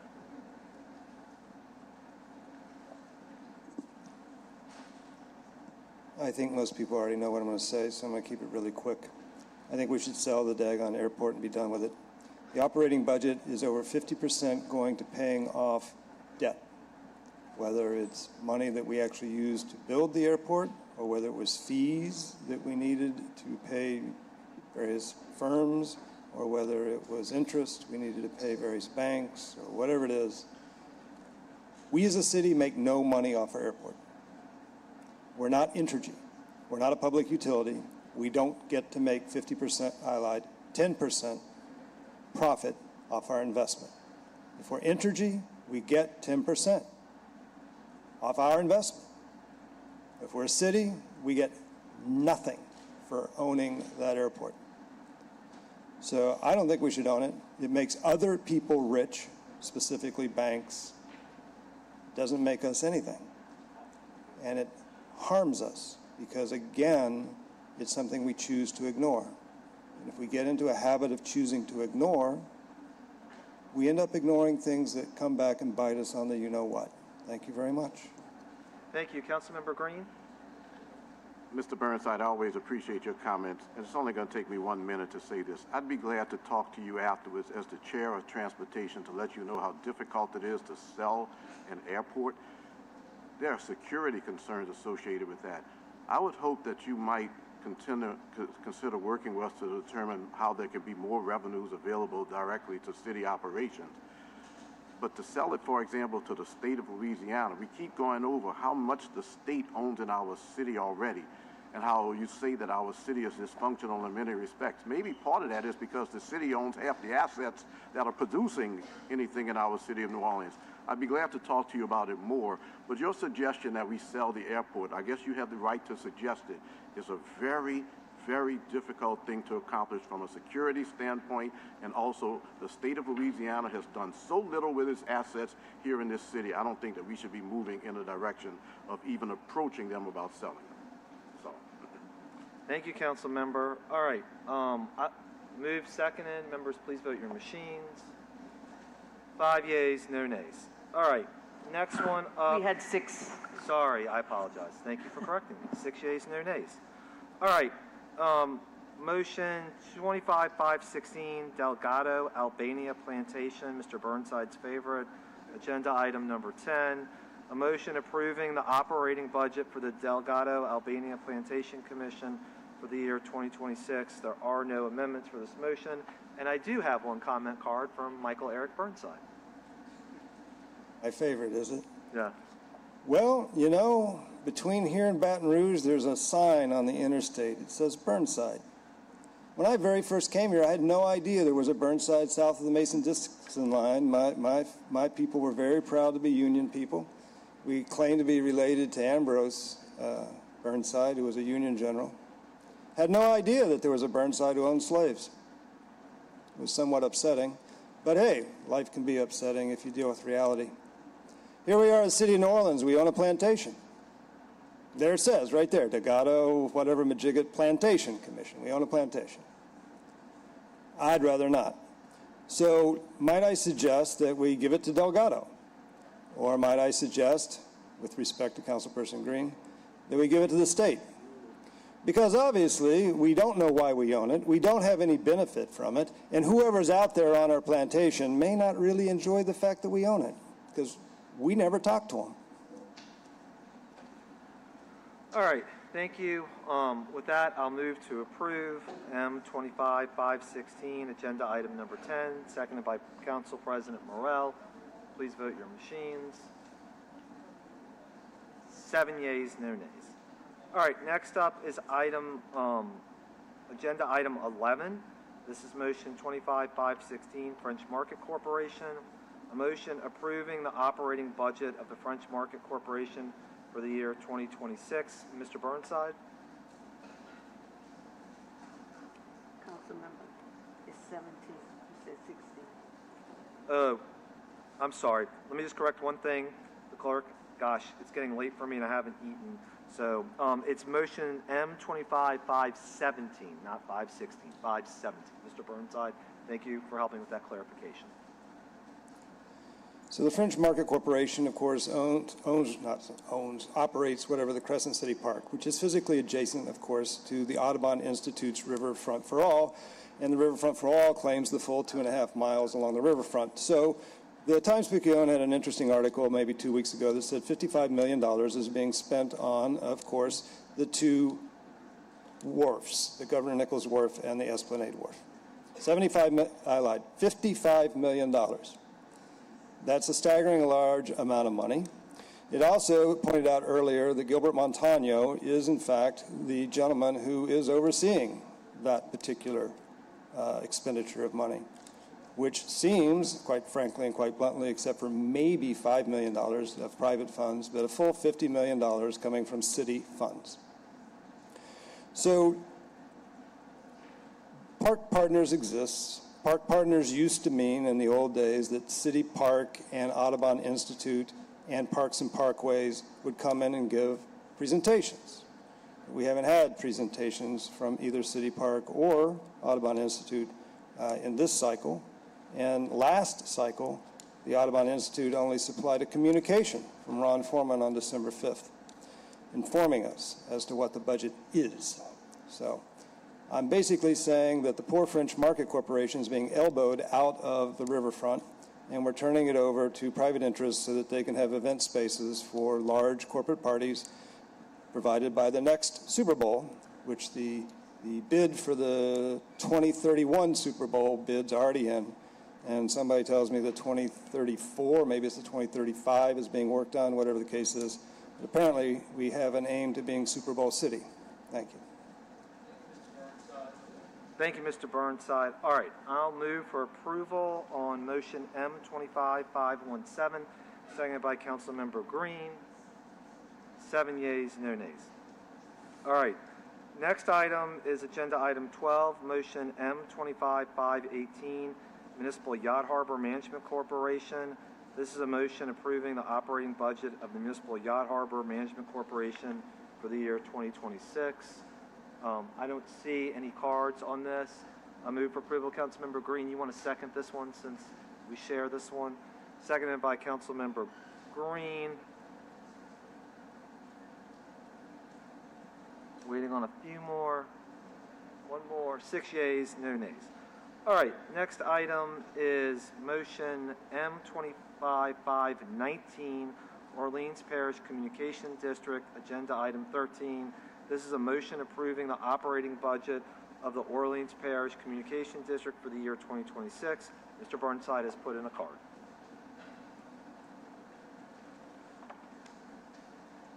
Leslie. Mr. Green has brought to us, Councilperson Green has brought to us the attention that the state basically controls a lot of stuff here in New Orleans. And of course, the Orleans Parish Communication District is a state agency.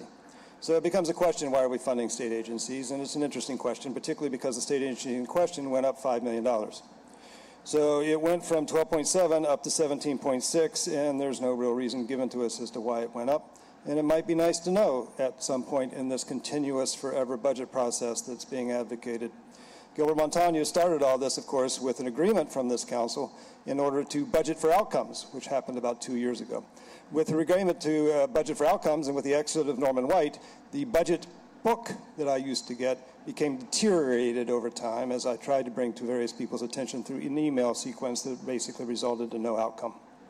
So now we are budgeting every month, and every person has to come to you and beg on bended knee forever for any bit of money, because they can never rely on what you gave them in the past, because you'll take it away from them in the future. This is not a budget. This is a king who needs to have his ass kissed. Thank you, Mr. Burnside. As always, I'll move. Second by there's another card. Okay. Morgan, I didn't see you over there.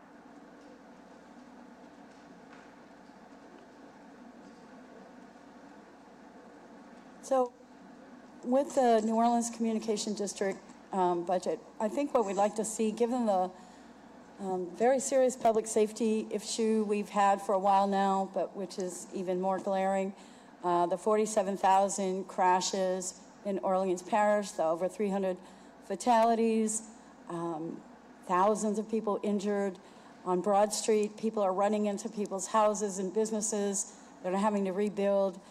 So the human capital, the infrastructure capital, the personal capital is huge. The losses are huge. Now, one thing at Broad and St. Bernard, like in other major intersections, there are city cameras that go through the real-time crime center. So if the Orleans Parish Communication District is the, I believe, I could be wrong, the umbrella for that, I think what we'd like to see is more actual coordination with the NOPD and the real-time camera system to actually track and be able to prosecute some of these folks who are just breaking the law and damaging people, infrastructure, and the city. Thank you. Thank you, Ms. Clevenger. I move. I need a second. Second by Council President Moreno, Vice President Moreno. 5 yeas. Next up is number 14 on the agenda, motion lying over number M25520 by Councilmember Giarrusso by request approving the operating budget of the New Orleans Building Corporation for the year 2026. Any comment cards on this one? If not, I'll move. Seconded by Councilmember Green. 5 yeas. Next up is number 15, motion lying over number M25521 by Councilmember Giarrusso by request, authorizing the Clerk of Council staff to make any necessary technical, wait, am I out of order? Sorry, y'all. I'm not following the run of show. The next one is actually number 16, motion number M25593 by Councilmember Harris, approving the budget and implementation plan of the Housing Trust Fund Advisory Committee for for the Housing Trust Fund as modified by the Housing Trust Fund Advisory Committee in its report received on November 20th, 2025, pursuant to the New Orleans City Code Section 70-415.342. Maxwell, do you want to come up and present quickly? And I have several cards on this issue.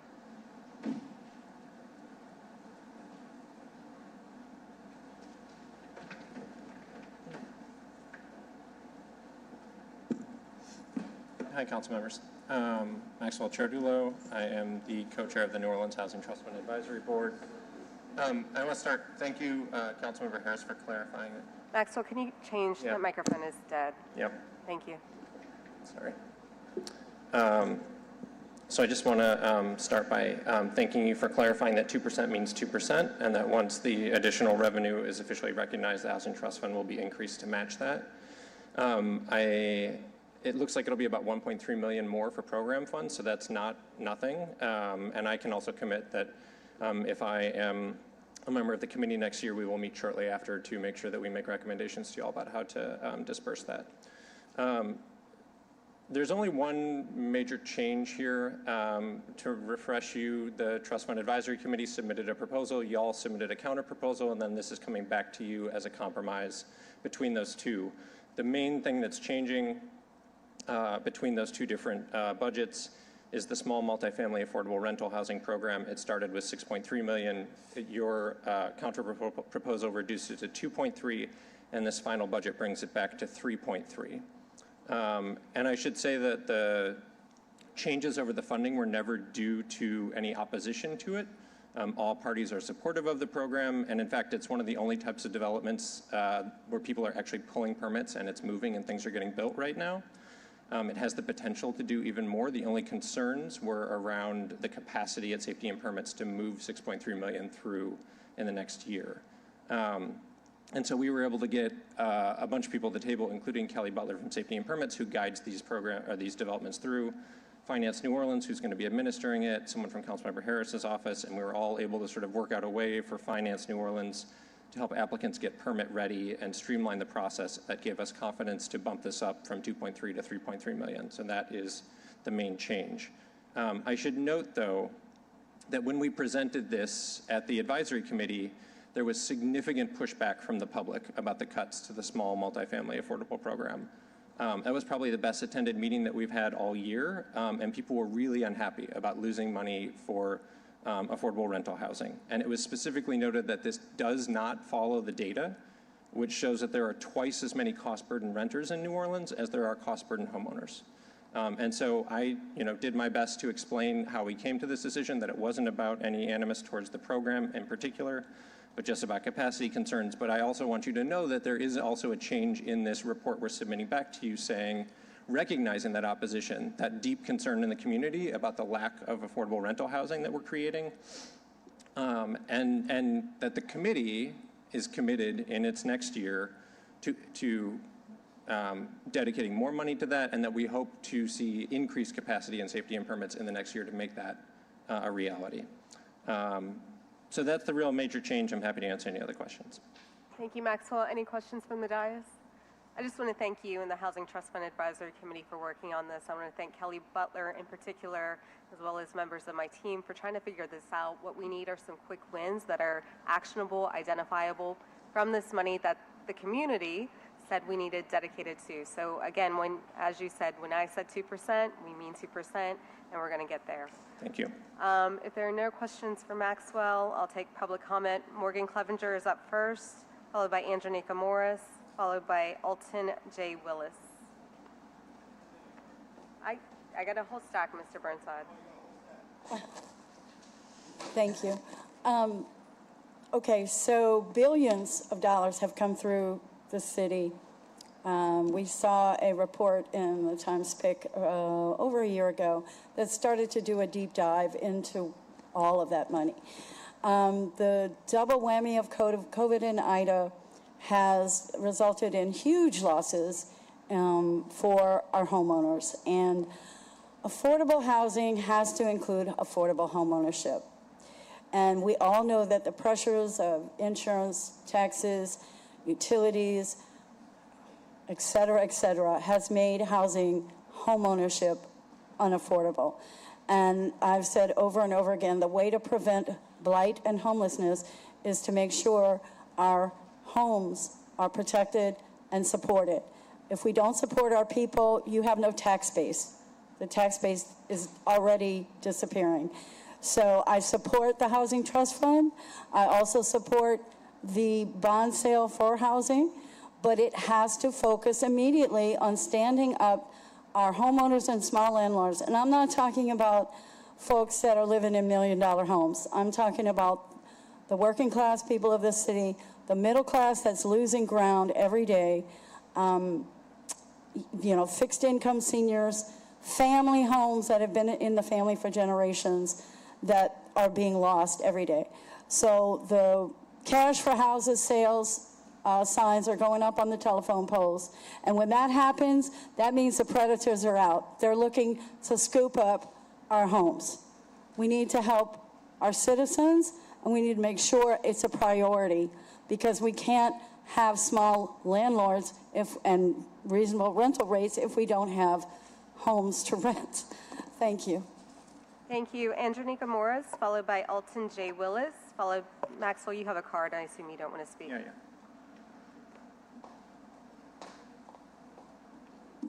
Good afternoon.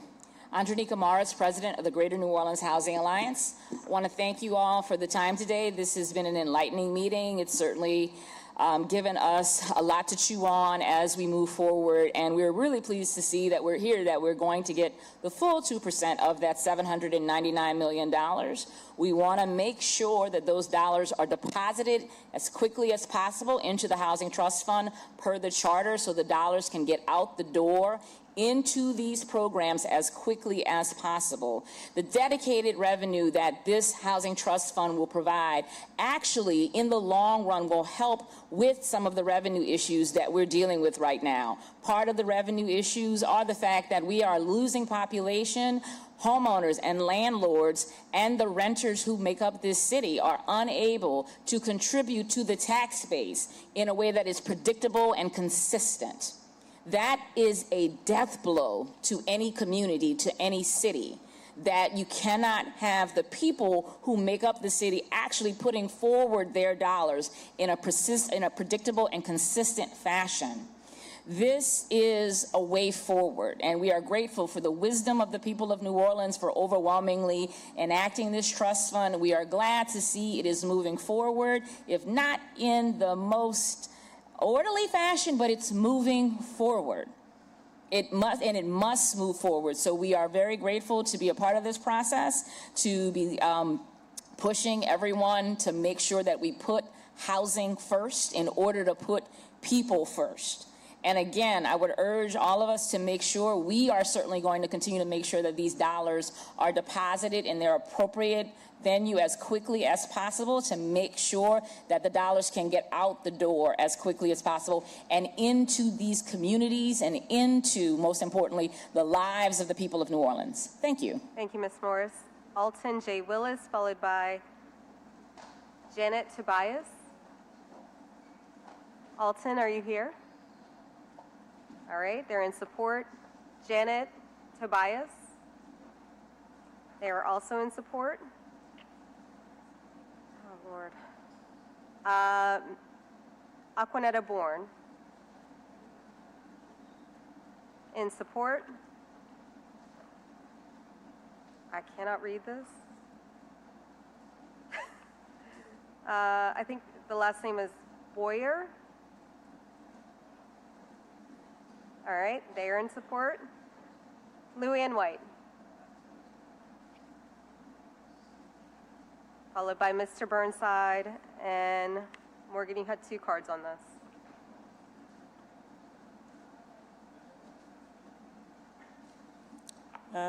Hi, Luann White, Luba Services. I am in support of the Housing Trust Fund.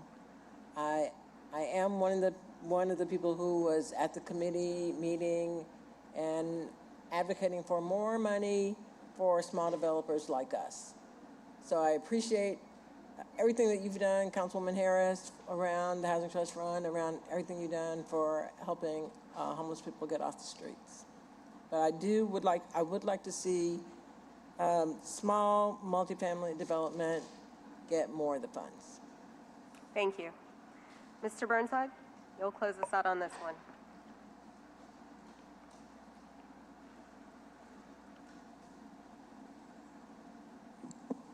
Michael Eric Burnside, 2215 Felicity. So I've learned several things here over the years. Some of them have been taught to me by Councilperson Green, which is to say nice, positive things. And I do listen. I was saying not nice, positive things to my Councilperson Harris when Susan Johnson, of all people, submitted an electronic record that sparked in my Councilperson Harris some gratitude. Morgan Clevenger has done a lot of work for this community over the years. She tells me that I need to say three things. She informs me that I need to say roof, roof, roof. I'm not sure if that meant for a dog or a house, but whichever way it is, there we go. I would like to thank Andronika Morris. She has been generous to me. She has fed me food. She has allowed me in her office building, and she has listened to me in far more than once. And that is not common, and it was deeply appreciated.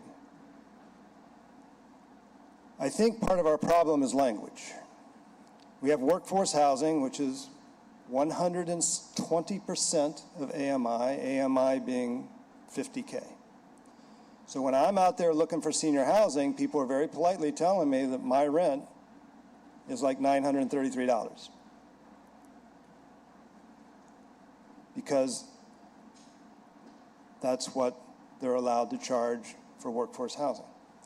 If I go somewhere else and it is, I can't read anymore, affordable housing. Affordable housing is 80% of AMI, but AMI is 50K. So again, I got my numbers mixed up, but I went to one place and it was 1,200. I went to another place, it's 900.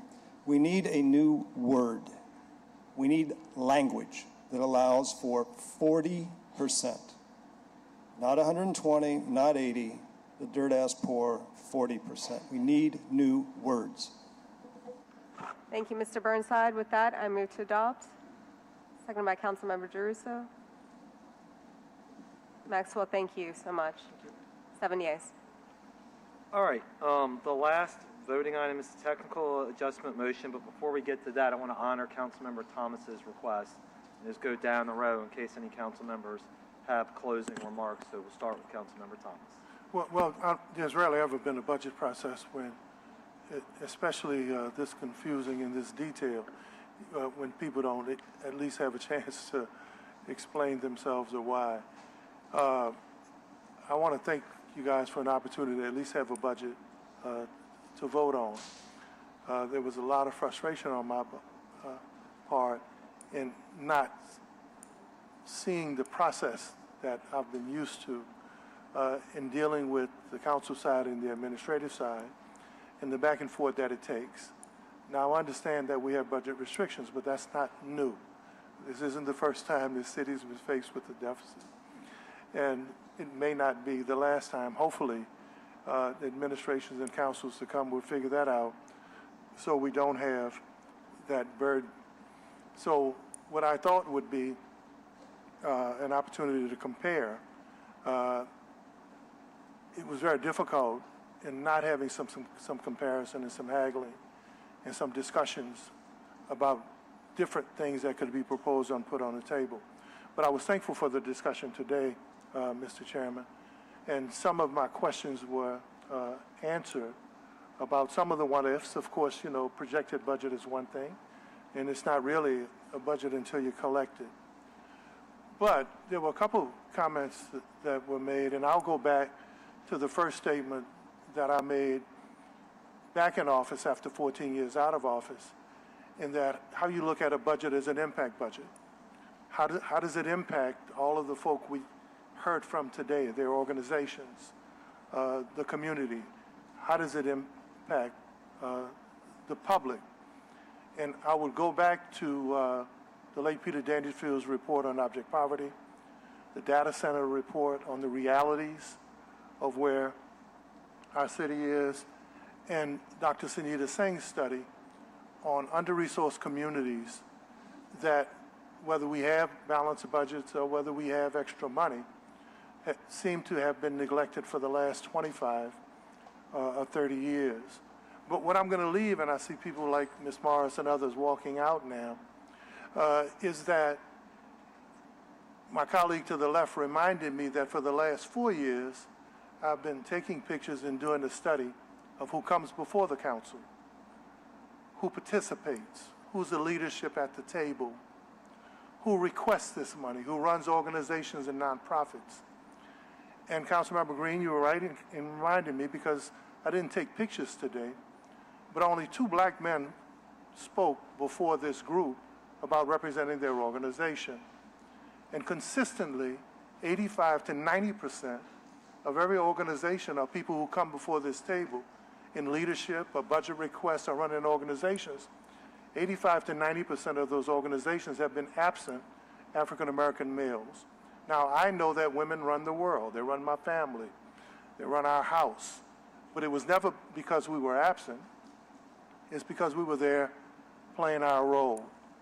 So if the CNBC report on the nation's economy in April of 2024 says that black men and boys are missing from the nation's economy, the Brookings Institute report, and I've said this before, but with this budget, maybe it's an opportunity for who's coming to pay attention.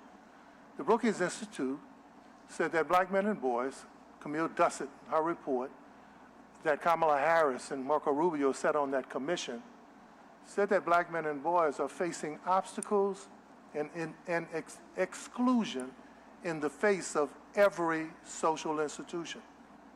They didn't say some, they said every. So I don't know why it's not good enough for some folk, especially if we have brothers and nephews and fathers and uncles and grandfathers. I don't know why in this world it's acceptable not to be seen, but I also know it's biblical. Y'all think about that. Read history. But I also understand that our community cannot be whole with half. It cannot be good enough that we can't see black men and boys participate economically, participate with nonprofits and organizations, but it's okay to see them in juvenile justice or in prison or be locked up. Now, they may be okay with some folk, but I'll say it again. You reap what you sow. Thank you, Mr. Chairman. Thank you. Councilmember Green. Mr. Chair and Mr. Burnside, you are right. I like to emphasize the positive. So I want to look to my left to my mayor-elect and also to Councilman Giarrusso especially, but also to Council President and everyone on this council, including Councilman Thomas to my right. Including me? Oh, yes, thank including you. Just because you're on my right. And I said I'm looking to my left. No, just because you're on my right. Everybody here, I want to thank you all for the input that has taken place with regards to this process.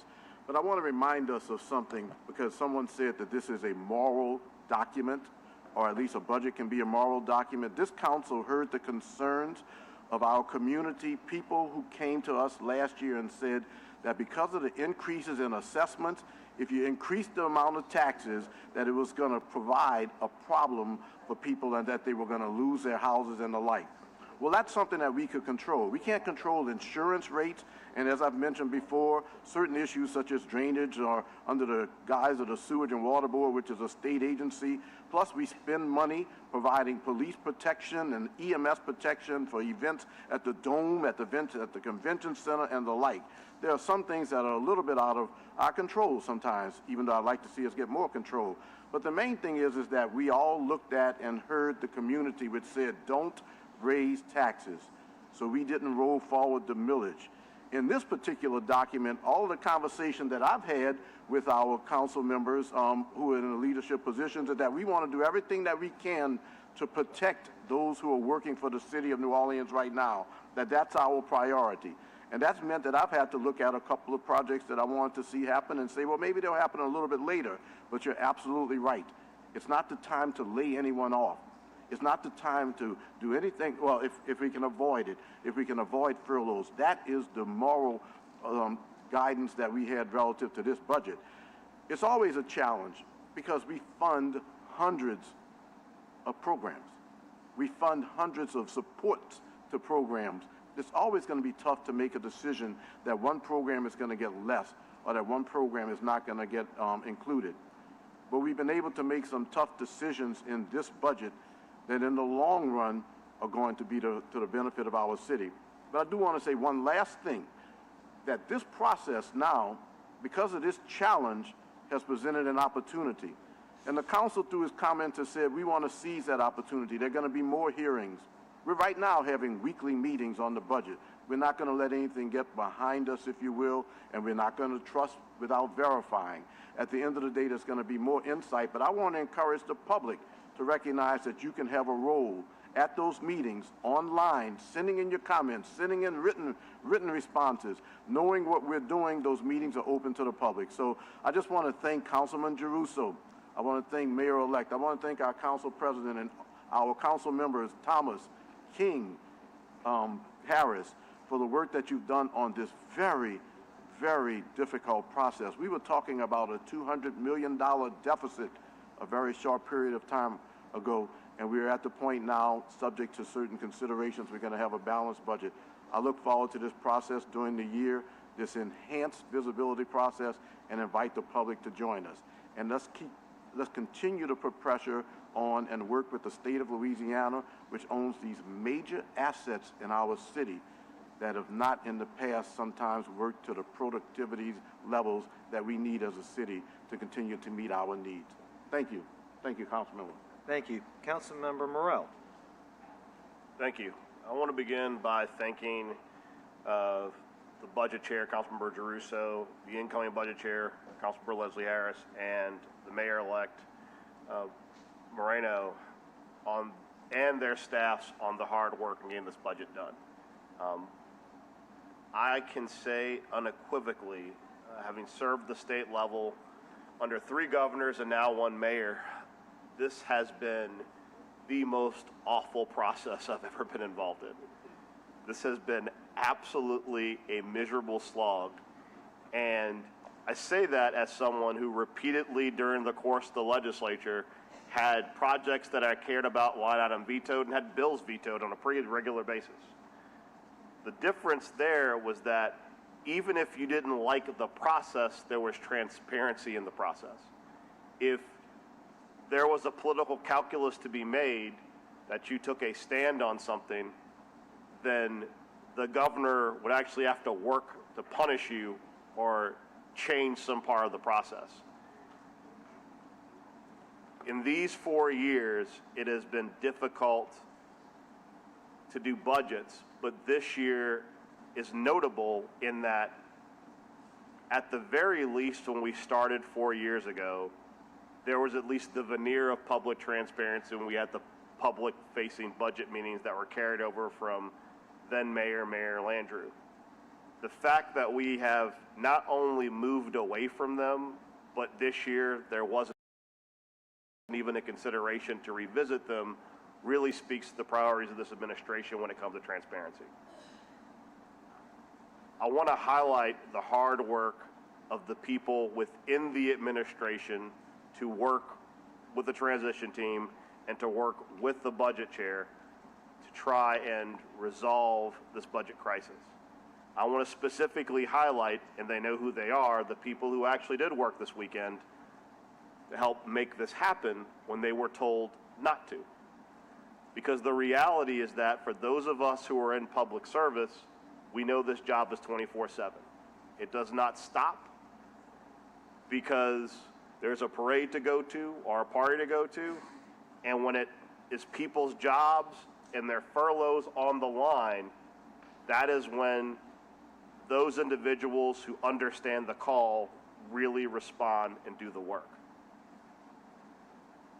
All that being said, I can tell you during the course of this term, what has really been highlighted to me is that we have seen massive government deficiencies in process that we have changed.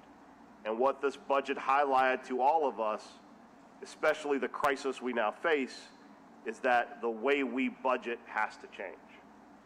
It has to be a forward-facing way that makes everyone making budgetary decisions accountable, and that we know how money's being spent, when it's being spent, and why it's being spent. Because had those three questions been answered to Councilman Thomas's satisfaction over a year ago, there wouldn't have been a deficit or a cash shortfall. I look forward to the changes we have yet to make. I look forward to working with the new administration on a transparent path forward. And though this is not the budget any of us wanted, it is certainly better than the budget that the Cantrell administration presented us, because within minutes of passing that budget, everything imploded, and there was no leadership on how to make a budget solvent after the budget that for this year went completely off the rails and exploded. Thank you, Mr. Giarrusso. Thank you. Councilmember Moreno. Thank you. Well, first to our council budget chair, Councilmember Giarrusso, thank you for your diligent work on this budget. I know that obviously you worked on the budgets previous to this one, but I know that probably this one required the most out of you. So thank you for your hard work. I've said this from the beginning that this is a really, really tough budget.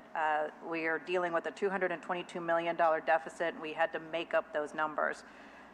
What was even more difficult, I guess, is that at times, we kind of had to go at this alone. But I really do appreciate the collaboration among council members to let the council chair know of your priorities. We certainly heard from Eugene a lot.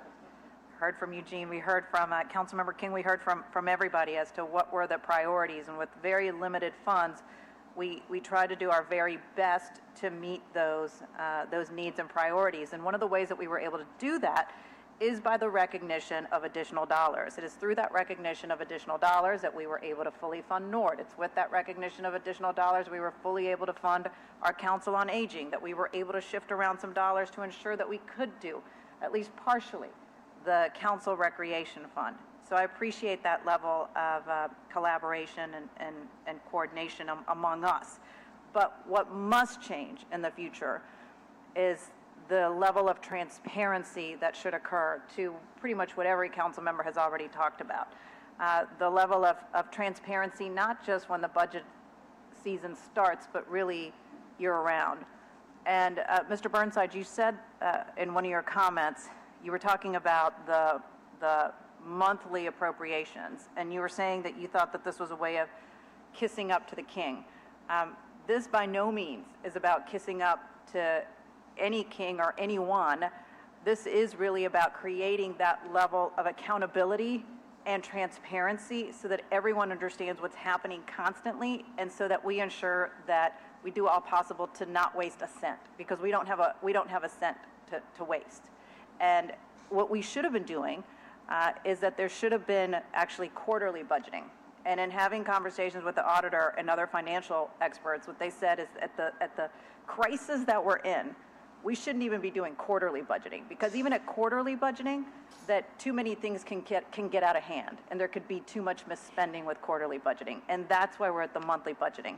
But that gives you more opportunity, Mr. Burnside, to come to additional meetings and comment and see what's happening on the budget, and allows for that increased level of transparency. So the budget, like I said, is tough, and there were some difficult decisions that we had to make, including the fact that we're looking at furloughs for the upcoming year for non-public safety or essential service employees. And what I want to say to that is that when I become mayor, my top priority will be to get us out of furloughs as quickly as possible. I can't make any commitment as to how long that will be, but as quickly as possible is what I am looking to do. And the budget documents that we passed today, the main budget documents, I also want to say that that is just a starting point, that this is just a starting point. This is where we are now, but we'll be constantly working to make different adjustments. And as we realize new revenue, things will change and things will improve. But just know that every day I've instructed my team that we are to work on how to improve our budget circumstances and also ensure that we elevate the quality of life throughout the city of New Orleans as well. So once again, thank you to all the council members for being part of this. It certainly was disappointing to see how the day started, but we move on and we do the people's work, And while we would have liked to have a level of coordination with this administration and all be holding, hands as we walk through this very last budget, unfortunately that didn't happen. But we do have a budget that is much better than the one that was proposed, and one that will certainly meet the essential services of the people of the city. Thank you, Mr. Chair. Thank you. Councilmember King. I want to first thank you, Budget Chair Giroux, and your staff for all the hard work you all put in to get us to this point. I want to thank all my colleagues and their staffs for their hard work and collaboration in producing this budget. And I look forward to working with Mayor-elect Moreno, current and future council members to improve how we budget and how we spend. That's all I have. Thank you. Thank you. Councilmember Harris. Well, of course, I want to thank all of my council colleagues, most specifically Council Budget Chair Giroux and his fantastic team. Mayor-elect Moreno, thank you for guiding us through this budget process. The budget that was proposed by the current mayor was an across-the-board, almost 30% cut to every single agency. And I can tell you from emails and calls that I received, that caused widespread panic in city government about what we can and cannot support. With this particular budget, we are going to focus on safety and quality of life issues while maintaining funding for some of our nonprofits that are the most high performing.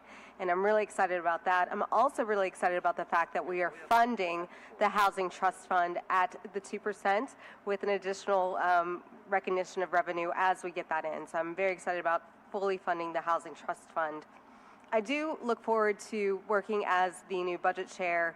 I've never seen a business, and let's be clear, the City of New Orleans is a business that does not have monthly income and profit statements. And so I'm looking forward to seeing those on a monthly basis and working with the new administration to make sure that we continue to provide essential critical services, trying to avoid any furloughs, and just maintaining our city government so that we really have a bright future together. So thank you again, Council Budget Chair Giroux. How many days do you have left? 42. 42 days left, and this has been a long one, so thank you. Thank you. Councilmember Moreno. Thank you. Thank you for just one more moment here, personal privilege, and this is really just a thank you. While we all know that others were told to stand down and not help us with the budget process, there was one person who absolutely stepped up, worked nonstop through the weekend, late into last night, early this morning, helping us with the budget amendments, using her expertise to make sure we got this budget right, and that's Brandy Delarge. And I just want to thank you, Brandy. We would not have been able to do this without you. We may have had the expertise on the financial side, but you had the internal expertise on how to put these amendments together. And I just very much appreciate you, myself and Councilmember Giroux and everybody else emailing you, calling you, you getting on calls with us through the weekend to get this done. You certainly did the people's work, and we appreciate you. All right. When you relax, you'll go fast. So I also want to extend my thanks to all of my colleagues and our collective staff, because this process does not happen without all of them. And also, people who were getting legal advice from literally this morning to make sure we're in the right place. Also, it was said, but I want to be a little bit more specific. Note that council members-elect McCarron and Hughes are and have been in chambers for a significant portion, if not almost this whole meeting, and shows their diligence. And I know Councilmember-elect Willard has been actively engaged as well. And also, obviously, thank you to Brandy and everybody else on the staff who helped. Putting the budget together is kind of like a puzzle. You have all these different pieces, and this year is like the picture was ripped off at the very beginning, and then we had to figure out how to unscramble the pieces and put them all back together. That has not been an easy thing to do, and I know it's hard for people because we have been in a position of collectively saying yes, or we think we can get there, and now we're in an austerity position of saying no. And so what I would remind the public, and I think all of us internally, is that it's going to be about shared sacrifice now. We're asking our employees to have a sacrifice of a furlough day. We're asking a sacrifice to the services that are being provided. We know there's sacrifices to people who've been funded traditionally by the city who are getting less, but that sacrifice has to exist until we can do the things that are the first priority of the city. As somebody who was here during Hurricane Ida, not having trash picked up is a horrible thing. And we have to have our basic city services met and make sure that the employees of the city are treated well and favorably alongside. Those are really our first two priorities. And I want to wish, as a council budget chair-elect, Leslie Harris, the best of luck, because I think this will be an iterative process where you'll see more changes, more meetings, more communication, and that's going to be required. And if there really was one walk away from all the comments today, it was we don't feel like we had good communication or things knowing, and I'm sure that will be addressed going forward.